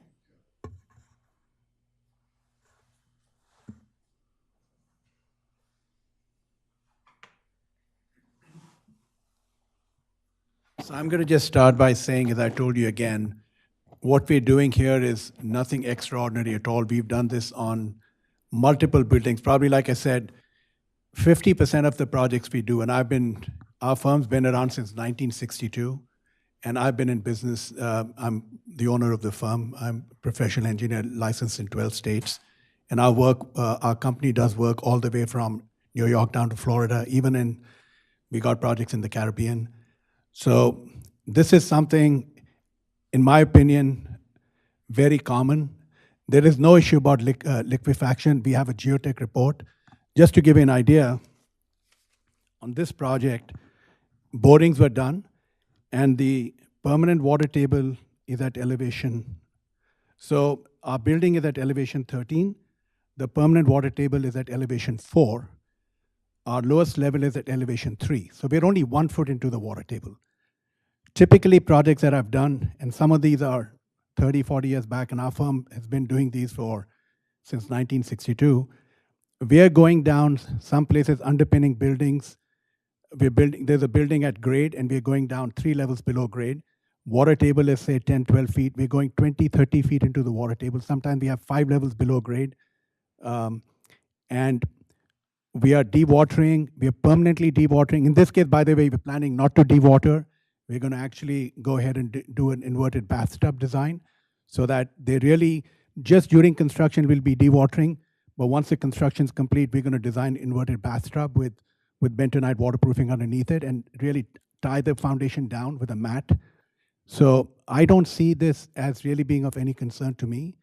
And again, we've been doing it. All these buildings we've done in DC, Boston, New York, many, many cities all over. In urban areas, they all have a similar situation where we're loading down water table, and sometimes permanently. I've never seen any issues with any of the adjacent buildings. So And also in the same environment, so close Absolutely. to the ocean with the sand. 100%. Okay. I've done buildings in Ocean City. We've done the Golden Sands with basements. We've done projects all over. We're doing projects in North Carolina and in the OBX area. We're doing projects in Miami. So I've got a huge project I'm doing right now in St. Martin on the Dutch side. We're doing a huge condo there. We're doing the Morgan Hotel. We're doing Westview. These are all right near the ocean. So believe me, this is not a concern. I can tell you that. This is, for us, a very small project. Typically, our projects are 1 million to 1.5 million square feet. We've done Washington. I don't need to tell you all the projects our company does. Okay. If I could just ask a follow-up question on that.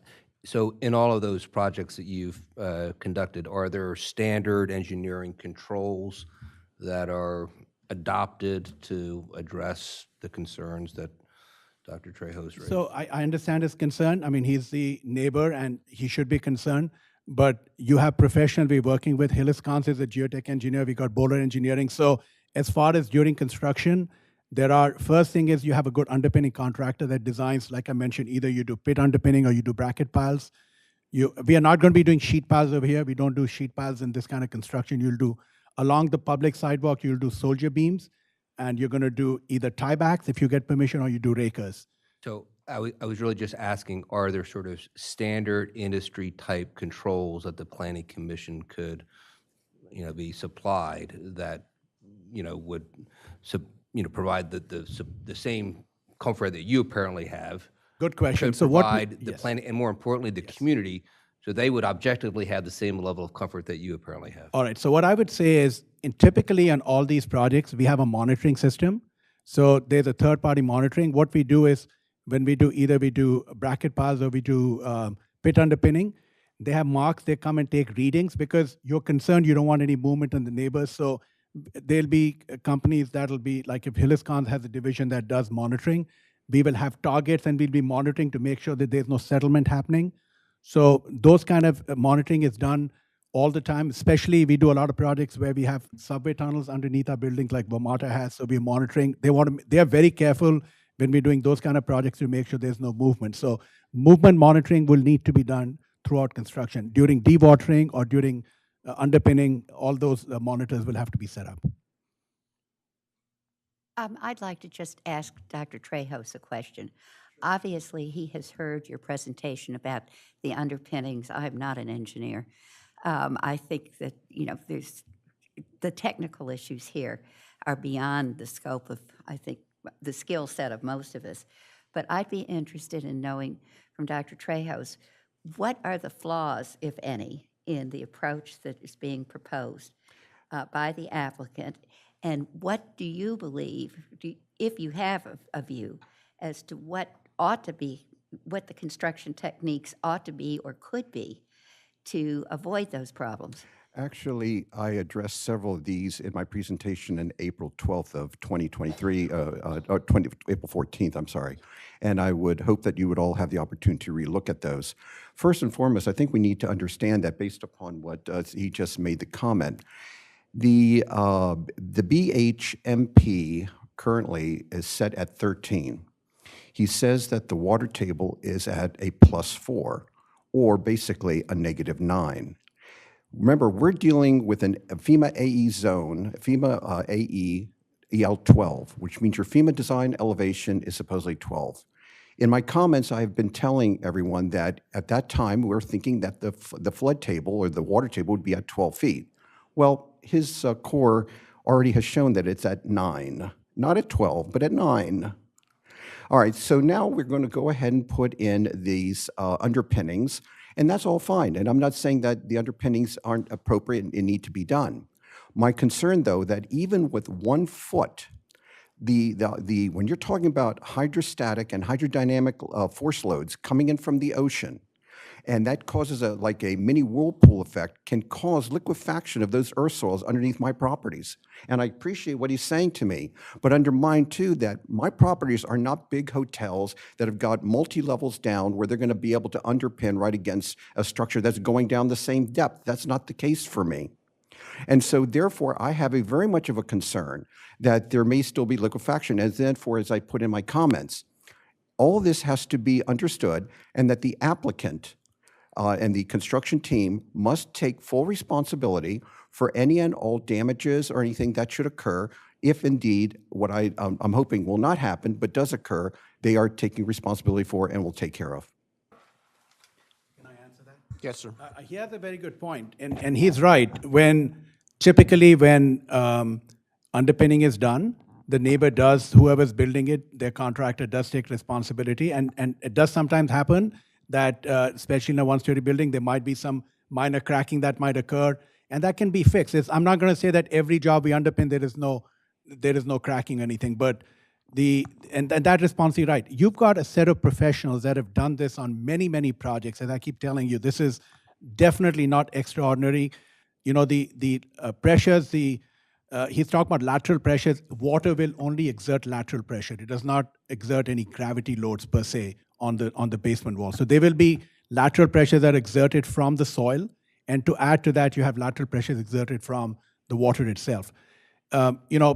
I really don't see this as anything extraordinary at all. This is very, very common. So as far as I'm concerned, you got professionals that will be designing this, people that have done this many times.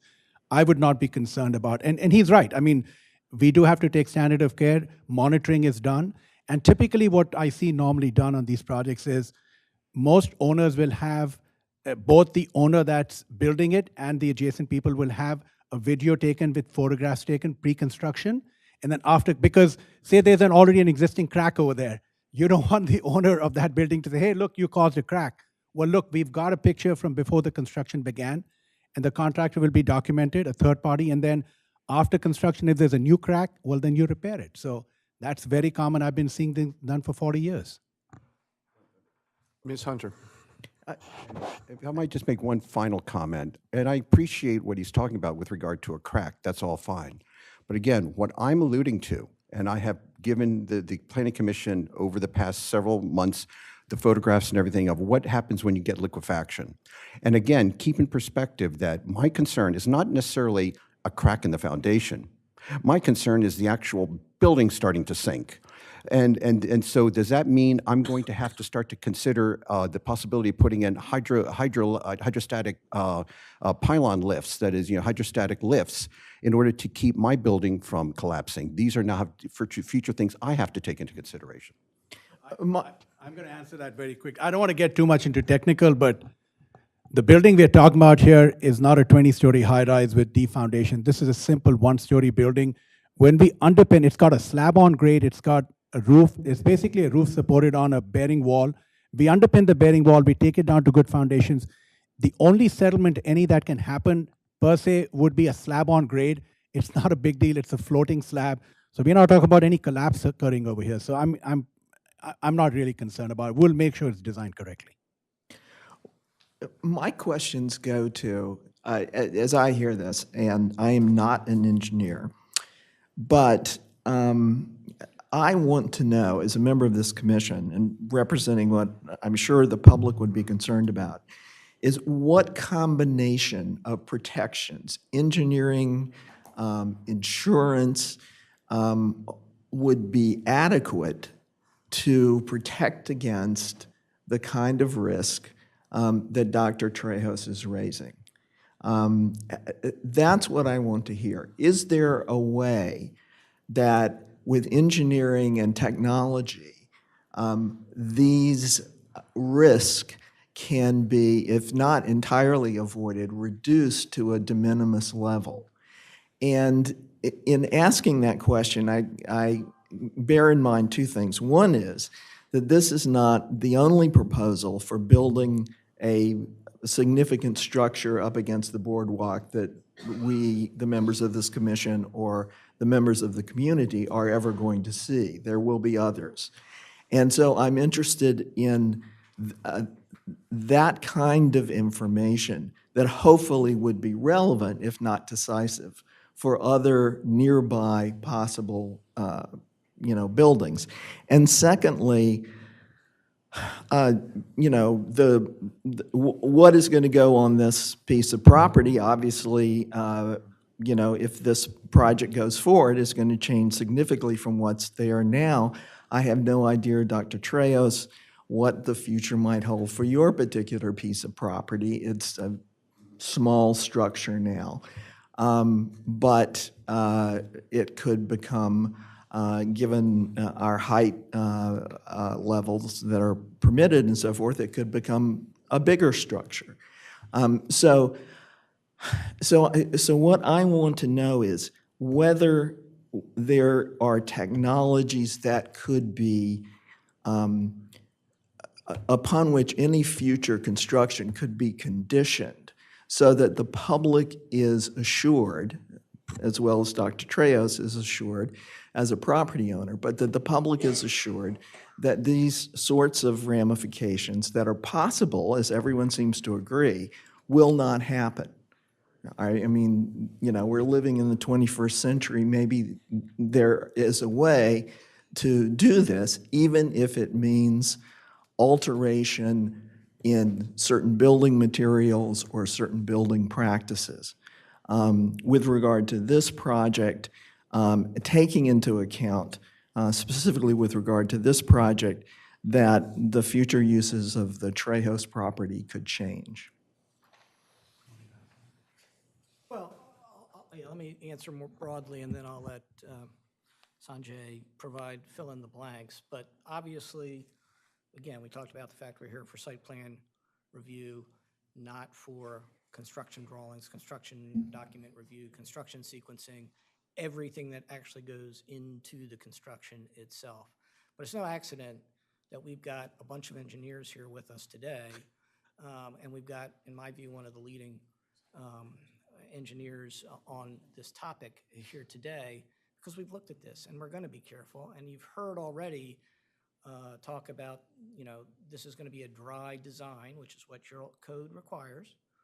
And that means that water is not going to be, it's not allowed. There's other ways to do it, but some places they allow what's called wet design, where water seeps up and then you pump it away. That's not permitted in Rehoboth, and we're not doing that. This is going to be a dry basement. And it's only 1 foot into the water table. originally, of course, we were thinking about having 2 levels of underground parking for a variety of reasons. That didn't work out and didn't prove feasible. This is one of those reasons, but other reasons as well. Mr. Papajohn will chew me out if I don't remind you all that he's got a basement there now underneath the building with sump pumps that have never turned on in all the years he's had that building. The water table has not been an issue for him. So, we wouldn't be doing this if we didn't have a lot of confidence and didn't have experts telling us we could do it correctly. But let the expert address the issue more precisely than me. So I'm going to answer your first question about, you mentioned about if the doctor wanted to build, let's say, a similar building with potentially, let's say you come back and want to do 2 basements. He has the right to do it. We're underpinning his structure. If he was to demolish it, the underpinning goes at the same time, because the underpinning is only required to make sure that we are not undermining his building when we do our foundations. If he wants to do 2 levels of basements, he can underpin us. So that's not an issue. So there's nothing preventing him from doing his building adjacent to us. And as I stated again, this is not something being done for the first time, underpinning. Like I said, 50% of the projects we do, we underpin. I have not seen an issue of any of the issues the doctor is mentioning. I can understand he's read something on an article about what happened in Washington, D.C., near the Washington Monument. But it's not something that is, and we're not even, as I said again, we're not even going to be pumping the water out. We're going to leave the water table like it is. Only during construction, there'll be some temporary pumping. We're going to design an inverted bathtub. We're going to underpin the building, use pit underpinning, which is the safest kind of underpinning that we use, have good quality subcontractors that are being used. Contractors always carry insurance. All of us professionals carry insurance. So, there are people, if something happens that, that can cover, their insurance can cover it. But normally, as I've seen again in all the years I've been practicing, the worst I've ever seen happen on underpinning is some cracks that happen. Sometimes maybe a slab settlement on a slab on grade, but nothing that cannot be fixed. Forgive me, but I do need to respond to a statement that was made with regard to the activation of water pumps underneath the Belhaven properties. Back in June of 2019, when I made my original presentation, I made it understood that our grade, that my properties are located in the FEMA AE zone. Where the water pumps are located that we're just referring to are in the FEMA X zone at a higher elevation. With all due respect, though, their water pumps did not activate it. We have evidence of water coming into our basement because we're much closer to the water table, so I do take exception to that statement. If I can just say, just to repeat, we are not going to be pumping any water. Our design will be with an inverted bathtub, no water will be pumped. We're not putting in, even though that would have been a much cheaper solution if we had done like what we normally do, but since a portion of our building is below the water table, is below the freeboard of the 100-year flood, we are going to make sure that we have barriers over there so that we have a dry basement. So we are not going to be pumping any water now. Currently, there's sub-drainage, but we will not be doing that. All right. Yes, sir. Hi, I'm Jeff Sell. I think I was here last time and I answered some questions. We're going to be the overall project managers of this development. And so I just want to go to high level because I think some of your questions are less technical on how does this work and how do we make sure nothing happens in adjoining property, how we make sure this is done correctly. And so that's kind of our job. And to give you a little background, the Tedrick Cohn's firm, we've done a lot of work in DC with them. We actually represent every institution on the mall. We're basically have been involved in every construction project that in Washington. And what people got to understand that there's springs under Washington, D.C. They're literally springs that run under the entire area. So we hit water, as Tadrick's group has said, basically 90% of the time when we get involved in anything. And when you get into urban environment, we're going straight down and we're doing 2-3 levels. So to answer the question, we're in charge of making sure nothing happens here. The people we have involved in this, from the construction companies to the design team, to the engineers, to all the infiltration people, we have experts in all those areas, and it's our job to make sure, A, that they're properly bonded, properly insured, so that none of this goes wrong. And if it does go wrong, they're going to be held responsible for it. Our job is to make sure it doesn't go wrong. And so we double and triple check basically everything they do. We stand here to make sure that we can deliver this project at a certain price and certain time frame, and making sure that nothing around it has been affected. Not only are you concerned, but there's going to be $100 million of money invested, of which there are going to be institutions that we have to guarantee delivery of a final product that meets the city's requirements for an occupancy permit, meeting all your requirements that are within the planning commission to make sure we do everything right. If we don't get the permit, and then we have everybody mad at us, and we can't open the facility. You have the ultimate leverage on us. My job is to make sure it's what you want. When we left here last time, Peter said we were at 116 rooms, we're now 92. I took a level out because I just felt that everybody seemed to worry about parking and too many people, and so we lowered it relative to the what's going to happen in the facility. And I do believe this is a remarkable, better product. And the Papa John's walked away from certain monetary considerations because you have more rooms, you have more money, you can make more things. So, but they agreed to drop it down. And so I think what's here, and the adjoining properties, we deal in water all the time. We deal in joining underpinning, Tadrick's group's right. When we underpin, a lot of jurisdictions allow us to underpin with or without agreements. We notify because we don't want to damage their properties. This whole thing is to protect the adjoining property owner. And we do everything possible to make sure we do that, and we don't encumber their property in the future. It's done to make it so it's safe. So that's our job. That's what I'm here for. And I have a lot of people looking at me to make sure, from your perspective, from your city perspective, from the design perspective, it has to be what you approve, and it has to be delivered in a quality way, in a safe way, and making sure. And we have plenty of insurance. If things go wrong, we don't like talking about insurance because that's when we're already talking about a problem.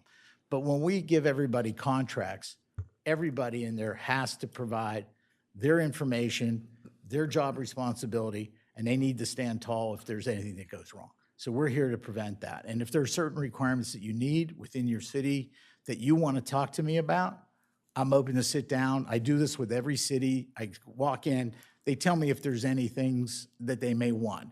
Like one of the areas that I think we need to have a discussion with is when the boardwalk is demolished in the sense of bringing down the old structure new, what do you really want to see on the boardwalk? I think that's critical because you're selling that to a lot of your residents during the summer. Do you want to look at sheeting and shoring coming in from the side, or do we put up something really nice, fencing and marketing so that it is actually pleasant? Those are things I would like to get into and talk so that everybody looks at this as a positive experience. I think this is going to be over faster than anybody wants, in this end, which is good. Our job is to get it up, done, and clean so that it's functioning. I think once it's up, I think everybody will be thrilled. But we do this all the time. And we just finished the Women of the Arts Museum, $100 million in DC. And we run into, there's always issues you run into that are, you try and get everything, but sometimes there's a couple that you have to have smart people there to resolve as it occurs. So that's what we do. So I just wanted you to know this is just not the Papa John's. Yeah. Yes, sir. Would you state your name and your company, Yeah. please? Jeffrey Zell, JM Zell Partners, and we're in Washington, D.C. But I also live in Bethany Beach, too, so. Okay, thank you. Dual residence. Yes, sir, Mr. Yeah, with regard to Nan Hunter's comment, and I wanted to follow up with when you look at the Bowler documentation right now, is there are other things that can be put in there with regard to the underpinning, explicitly calling that out, so that there is a higher degree of confidence, so it's explicated fully. The other thing is, and was mentioned several times, is the fact that this building can't be built unless you get the rights to do the underpinning on the adjacent property. So that's why it's so important that we identify those things that need to be on the Bowler documentation so that the documentation is sufficient so that as a condition of approval, the two adjacent property owners are in a position to make an informed decision based on what we have stated as approved. So there's, right now with the Bowler documentation, based on the presentation that was just made, there's additional information from Hiller Carnes in terms of specs that really needs to be identified on that print of record, which isn't there right now. It has a whole bunch of stuff, and I've read it all, and some of it's applicable, but some of it needs much more explicit statement as you just presented, sir, and that's missing. And I think if that is put in there as a condition of approval, that would increase the feeling of comfort versus all the other things that the two adjacent property owners are really the controls of what it is they need, because as has been stated, this building must, in order to build the building, you have to enter into the adjacent property that they do not own. So again, just a logical follow-up, it seems to me, between now and the public hearing would be if the applicant and their professional engineers can, again, supply the planning commission with objective controls, objective standards of care, whatever the standard industry controls would be objectively. I hear you on the insurance piece, but in addition to that, objective applicable standards that maybe could be worked into a condition of approval, maybe could satisfy the neighbors. That's, I think, would be a prudent next step for the applicant. Yeah, I think, I made a note to that effect earlier, but I appreciate you restating that. yeah, I think from our standpoint of where we stand, when you go over the various things that we're supposed to consider, is what is the impact on adjacent property owners?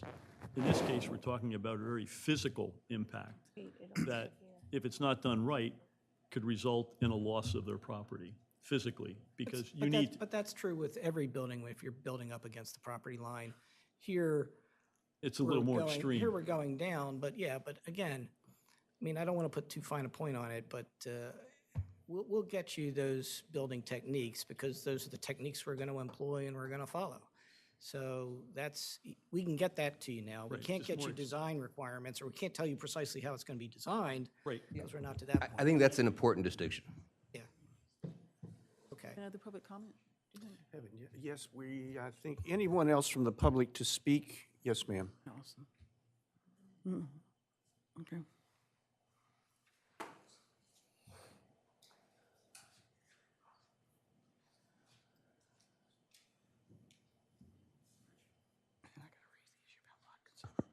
Afternoon, everyone. I'm Alison. I have the building at 22 Rehoboth Avenue that houses Go Fish Restaurant, and I'm the property owner and the business owner. So obviously all of this, I mean, I'm far away from agreeing to any underpinning of my building. I'd have to be 100% sure that my employees and my customers are safe. And I know, you can listen to this side and listen to that side, but I'm just, that's too much responsibility for me to take on. I'm not an engineer, but when it comes to making decisions based on other people's lives and safety, it's just way too much responsibility that I'm not willing to take. So that's where I stand on it all. But, and I appreciate Dr. Trejo's all the research he's done and everything that he's laid out, so that you guys can make the decision. But anyway, that's where I stand as far as that goes. The other thing is, if it gets approved and everything moves forward, if my staff look at me and say, "Are we safe to come to work?" I'm not sure I can say, "Yeah, you're fine, come to work." And how long is it going to take? And how am I going to maintain my business and my staff? So that's a huge worry as well for me. My own livelihood is at stake. So there's other issues as well with, the loading dock and all that, I think is, if you go down on Wilmington Avenue on any busy delivery day, it's chaos. Most of those retail stores, from me down to the ocean, are delivered in the front. Because of that reason, they get their deliveries from the front. If everything's going to come in the back, it's just going to be a real crunch up there. But anyway, you might want to go and look at that on delivery day, because I often have to sit before I can pull into my parking space for trucks to maneuver and move around. So, but anyway, thanks for your time. That's what I have to say. Thank you, ma'am. You have somebody else say? Is there someone else?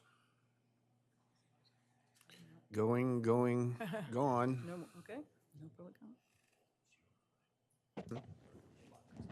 Yeah, I wanted to raise that too. Mr. Forston. Well, I just wanted to sum up here and I'll say chart our course forward. Well, let me interrupt you and ask you a question about that. Okay? Mr. Dukes wrote a letter to the Planning Commission about a lot consolidation.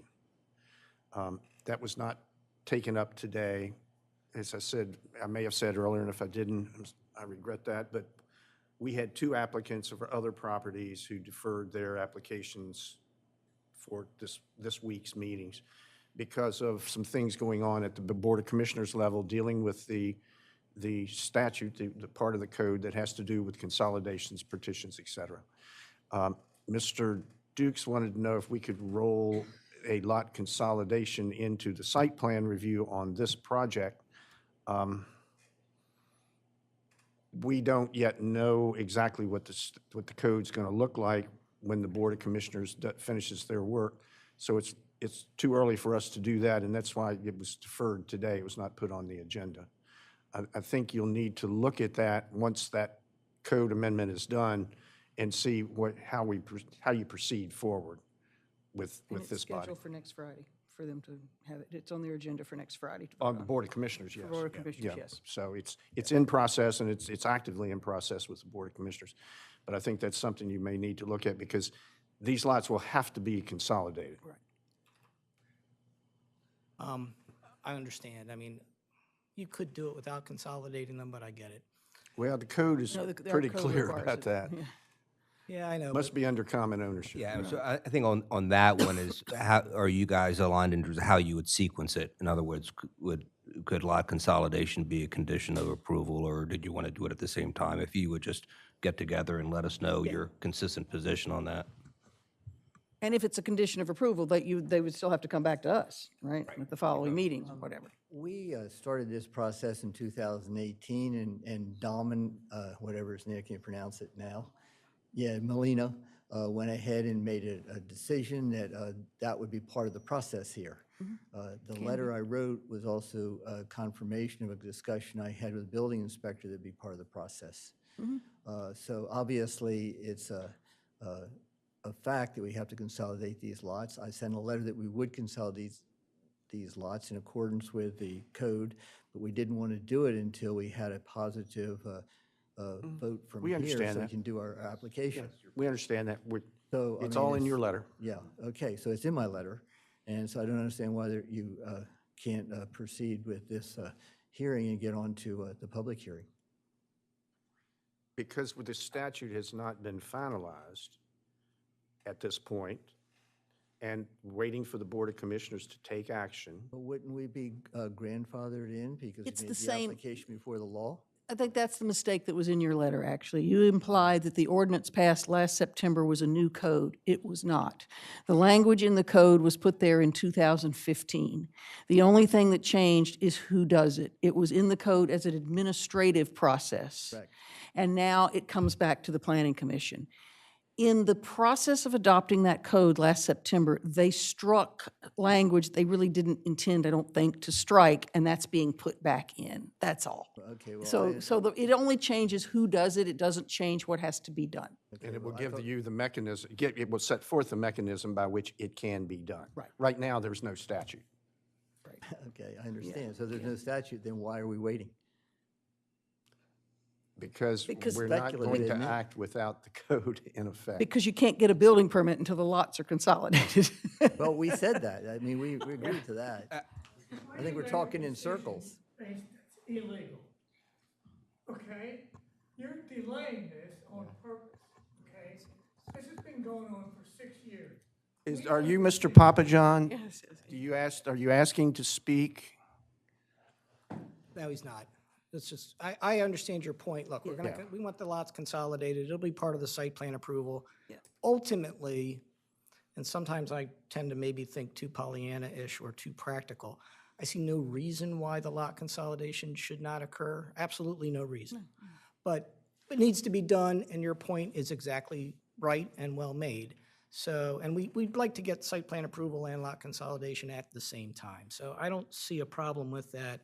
What I'd like to do going forward, this plan has been pending a long time, and we'd like to actually get a public hearing scheduled. Now, I took notes, copious notes when you all were speaking, but I'm not sure I caught every nuance and everything you said. And so my suggestion would be that Mr. Mehta and I huddle up early next, depending on his schedule, of course, I'll be available at his convenience, but we huddle up, develop the list of questions you want us to address. And then I'd like to address those issues at the public hearing, and I'd quite frankly like the public hearing to be in May, so that if you're satisfied that we have satisfactorily addressed your concerns at next May, at the meeting in May, then we can go ahead, conduct the public hearing, and move on in the process. Obviously, if we don't satisfactorily address your concerns, then we'll have to continue to deal with those. But, I mean, time is money, and, you know, we'd like to move on in the process, assuming we can get We're everything. not trying to slow you up. Just a reminder, you were last here, I think, in May of 2023? I think it was July. July, okay, so it's been over a year. So we're moving. I appreciate it. But we No, can't look, do it all in one day today. I'm not asking for it to be done today. I'm just suggesting perhaps we could schedule the public hearing for May. If we can't have it, we could then perhaps have it in June. But, you know, we think we're down to the short straws here. We really do. And, you know, we'd like to be able to move on and start planning things. You heard the plan would be to open this hotel the second quarter of 2026. But in order to meet that deadline, you know, we've had time, we've had the luxury of time, and we've gone through an iterative process with the city so we could get this plan to you today. And the city's been very cooperative and helpful as we worked through a lot of issues.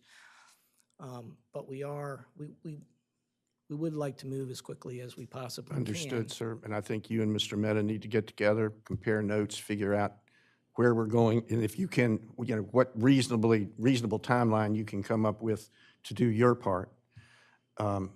We want to schedule this. We want to get it off the books. It's been around longer than I have. Understood. Okay? I appreciate that very much. Thank you. Yes, sir. So the process question, then we would do lot consolidation at a follow-up meeting, We can not do at it the as a public hearing? condition of approval. And then do it at the next meeting? At the next Okay, one. Or they do it at the We same can do time. it at the same time. Yeah. I don't think we need to solve that today. No, okay, fine, okay. we want to get it done. So do we need to vote today then to move it to public hearing? I don't think so. Oh, okay, all right, so No. we're not, Unless you want to do it provisionally. Yeah. But I'd like to talk about that, doing it provisionally. You know, again, presuming that the concerns we've raised are addressed. You know, why wouldn't we then, Well, one of the things we don't know, one of the elements of this that's required is the consolidation of I lots. understand that. And we don't know what's going to happen next week or so at the Board of Commissioners level. If things that can be change. separate from the They public could, hearing. it could for- be Yeah, it separate if it could needs be. to be. Yeah, Yeah. if it has to be separate, it can be separate. Well, our June meeting is June 7th. I understand that. Does that, Change the date of that. I guess my greater point is, there were a lot of issues raised that we need to hear back from the applicant. May I ask a procedural question? And that is, when we go to public hearing, there is a notice sent out from the city that the public hearing is on a proposed final site plan, if I understand it correctly. And what will be the plan with respect to which the public hearing would be held? We have the plans that we've had today that have generated a whole lot of questions, and today's plan may change, but the public hearing, for the purposes of the public, they have to know what the plan is that they're being allowed the opportunity to comment on. Yeah, and that, you know, was an issue in the clear space case, and I don't think we want to revisit that. So I do think that's a fair question, is what would be the plans, the final plans that, you know, the planning commission and the city and the public would be reviewing and be published before scheduling the hearing. I think that's a fair point. Yeah, and I think it's a fair point too, and so let me be so bold as to suggest the following. Mr. Mehta and I will get together promptly, put together a list of issues for us to review, questions to answer, procedures for construction sequencing and that sort of thing. We'll come to your May meeting, if that's all right, answer those questions, hopefully to your satisfaction, and then we could have the public hearing in June. So basically, May would be a status conference. But our hope is to answer all your questions. And by the way, if somebody comes up with a new question tonight when you get home, please send it to us so we can address it in May. Well, Mr. Strange will get back in touch. And then you do know it, we're aiming for a June 7th and not the second Friday, the first Friday. Even better. Yeah, that's fine. Thank you very much. Yes, thank you. All right, now, members of the commission, yes, we have changed that June meeting date from the 14th to the 7th, same time. Please put that on your calendars. Wallace Montgomery and Matt Janis and Alex, is everybody okay with that? Gonna have to be. Oh, if it were just that easy. So so we don't have to vote on anything? Nope. So we have any That's it. reports? All right, thank you very much. Day number 2 was more fun than day number 1, and we will see you, we are adjourned.